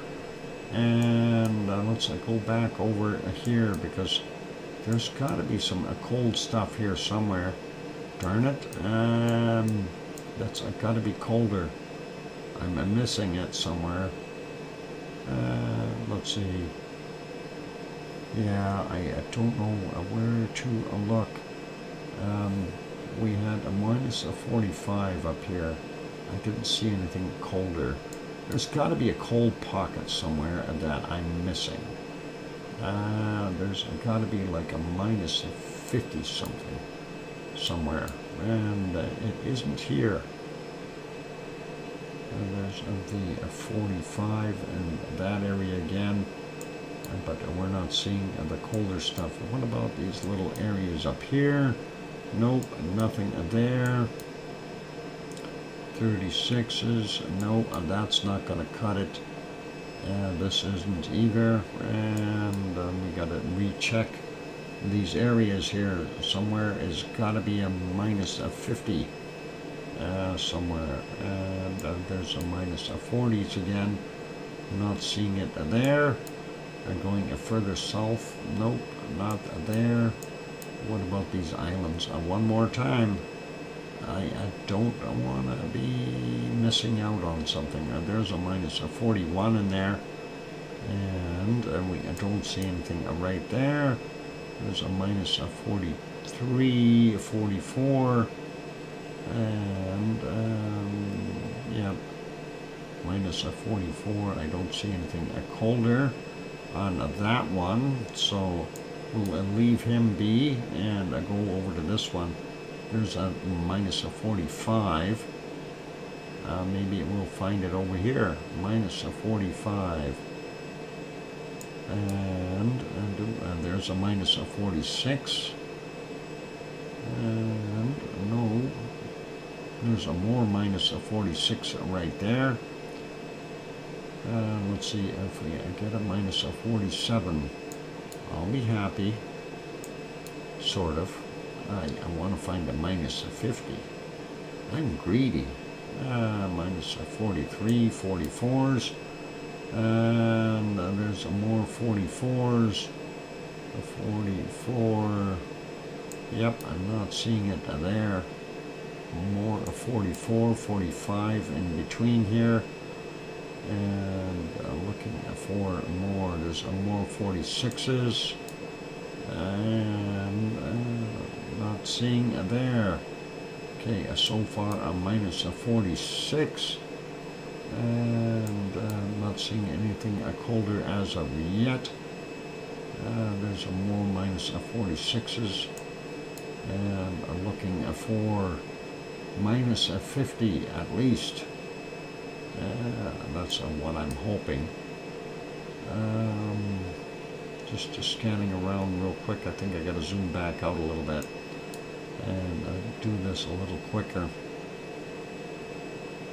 And it's you know, when you do that, you risk missing the small little spot that may be isolated and has that very, very cold temperature going across it, like right in here, minus 45 again. So interesting, and outflow from a spot there, minus 45. Okay, let's see, I've got to be here somewhere. I don't know where it might be hiding. I can't give up at a minus 46. That would be too much of a beating. So where is it hiding? There's got to be a minus 52. Oh, correction, Canada, a minus 50 at 48. So you only found a minus 48. Okay, I'm not a 52. And I got a minus 46 so far. So, yeah, interesting. And that makes me still wonder where the heck it is. I'm missing the little cold spot. I'm going to leave it at a minus 46. I'm going to have to live with it because I don't think I can find where the other cold spot is. And it's not here, not there, not here. Definitely not in there. minus 45, no, minus 30s, 34s, 35s, and there's a minus 35s, minus 36, 38, and 40 in there, and a minus 41, 42, right in there, and we're not seeing anything colder there. And up here should be chilly, right? No, minus 30s. That's not going to work. Yep, I am going to have to give up at a minus 46 there for a Canada A. And I'm sure she's beat me big time. And let's see, and what we have in Alaska. And hopefully Alaska is not out of my reach. Minus 36, 37, 38, 39, minus 39 so far.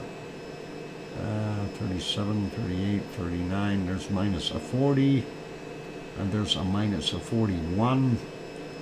Let's see if we can have anything colder there, a minus 41. And I don't see anything right off the bat there. And let's see, I don't see anything there. That's really bad.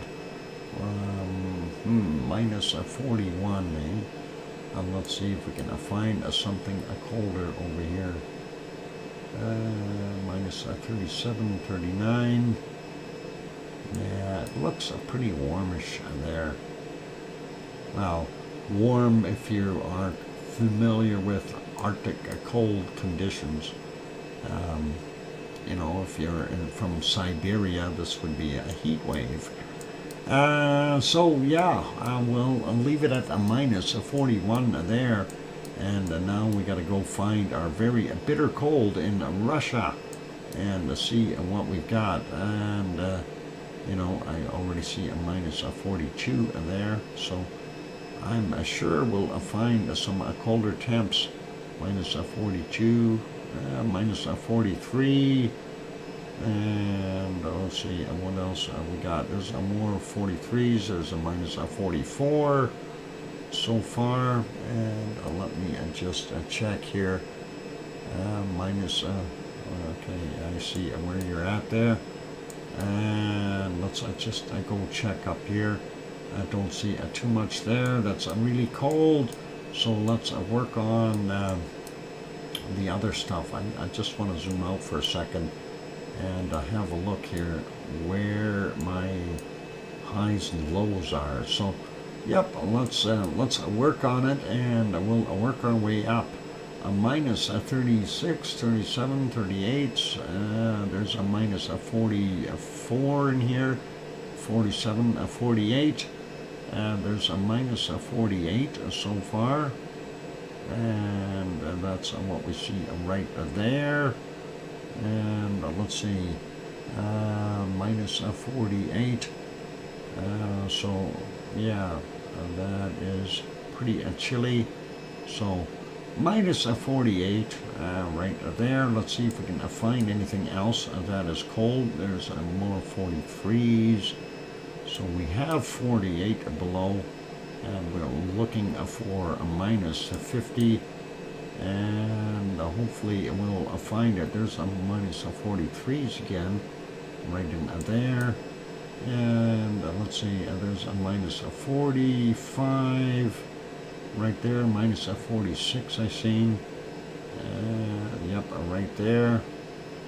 We already have minus 48 though, so that is, it's cold, but not cold enough. I'm moving up on up the river without my paddle, and only using a hamster.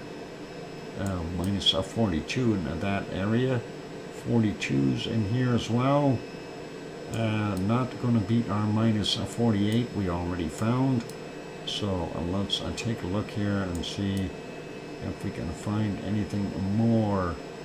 Minus 37s, 39s. Now let's go down here a little bit more. maybe some other isolated pockets. And these little ones here, sometimes they hide the bitter cold, and maybe we'll find a minus 50 yet. Minus 48 is what I've had so far. So what about our secret stuff along the border here? Minus 35s, and it's not that bad today. 31s, 32s. Okay, so that is okay there.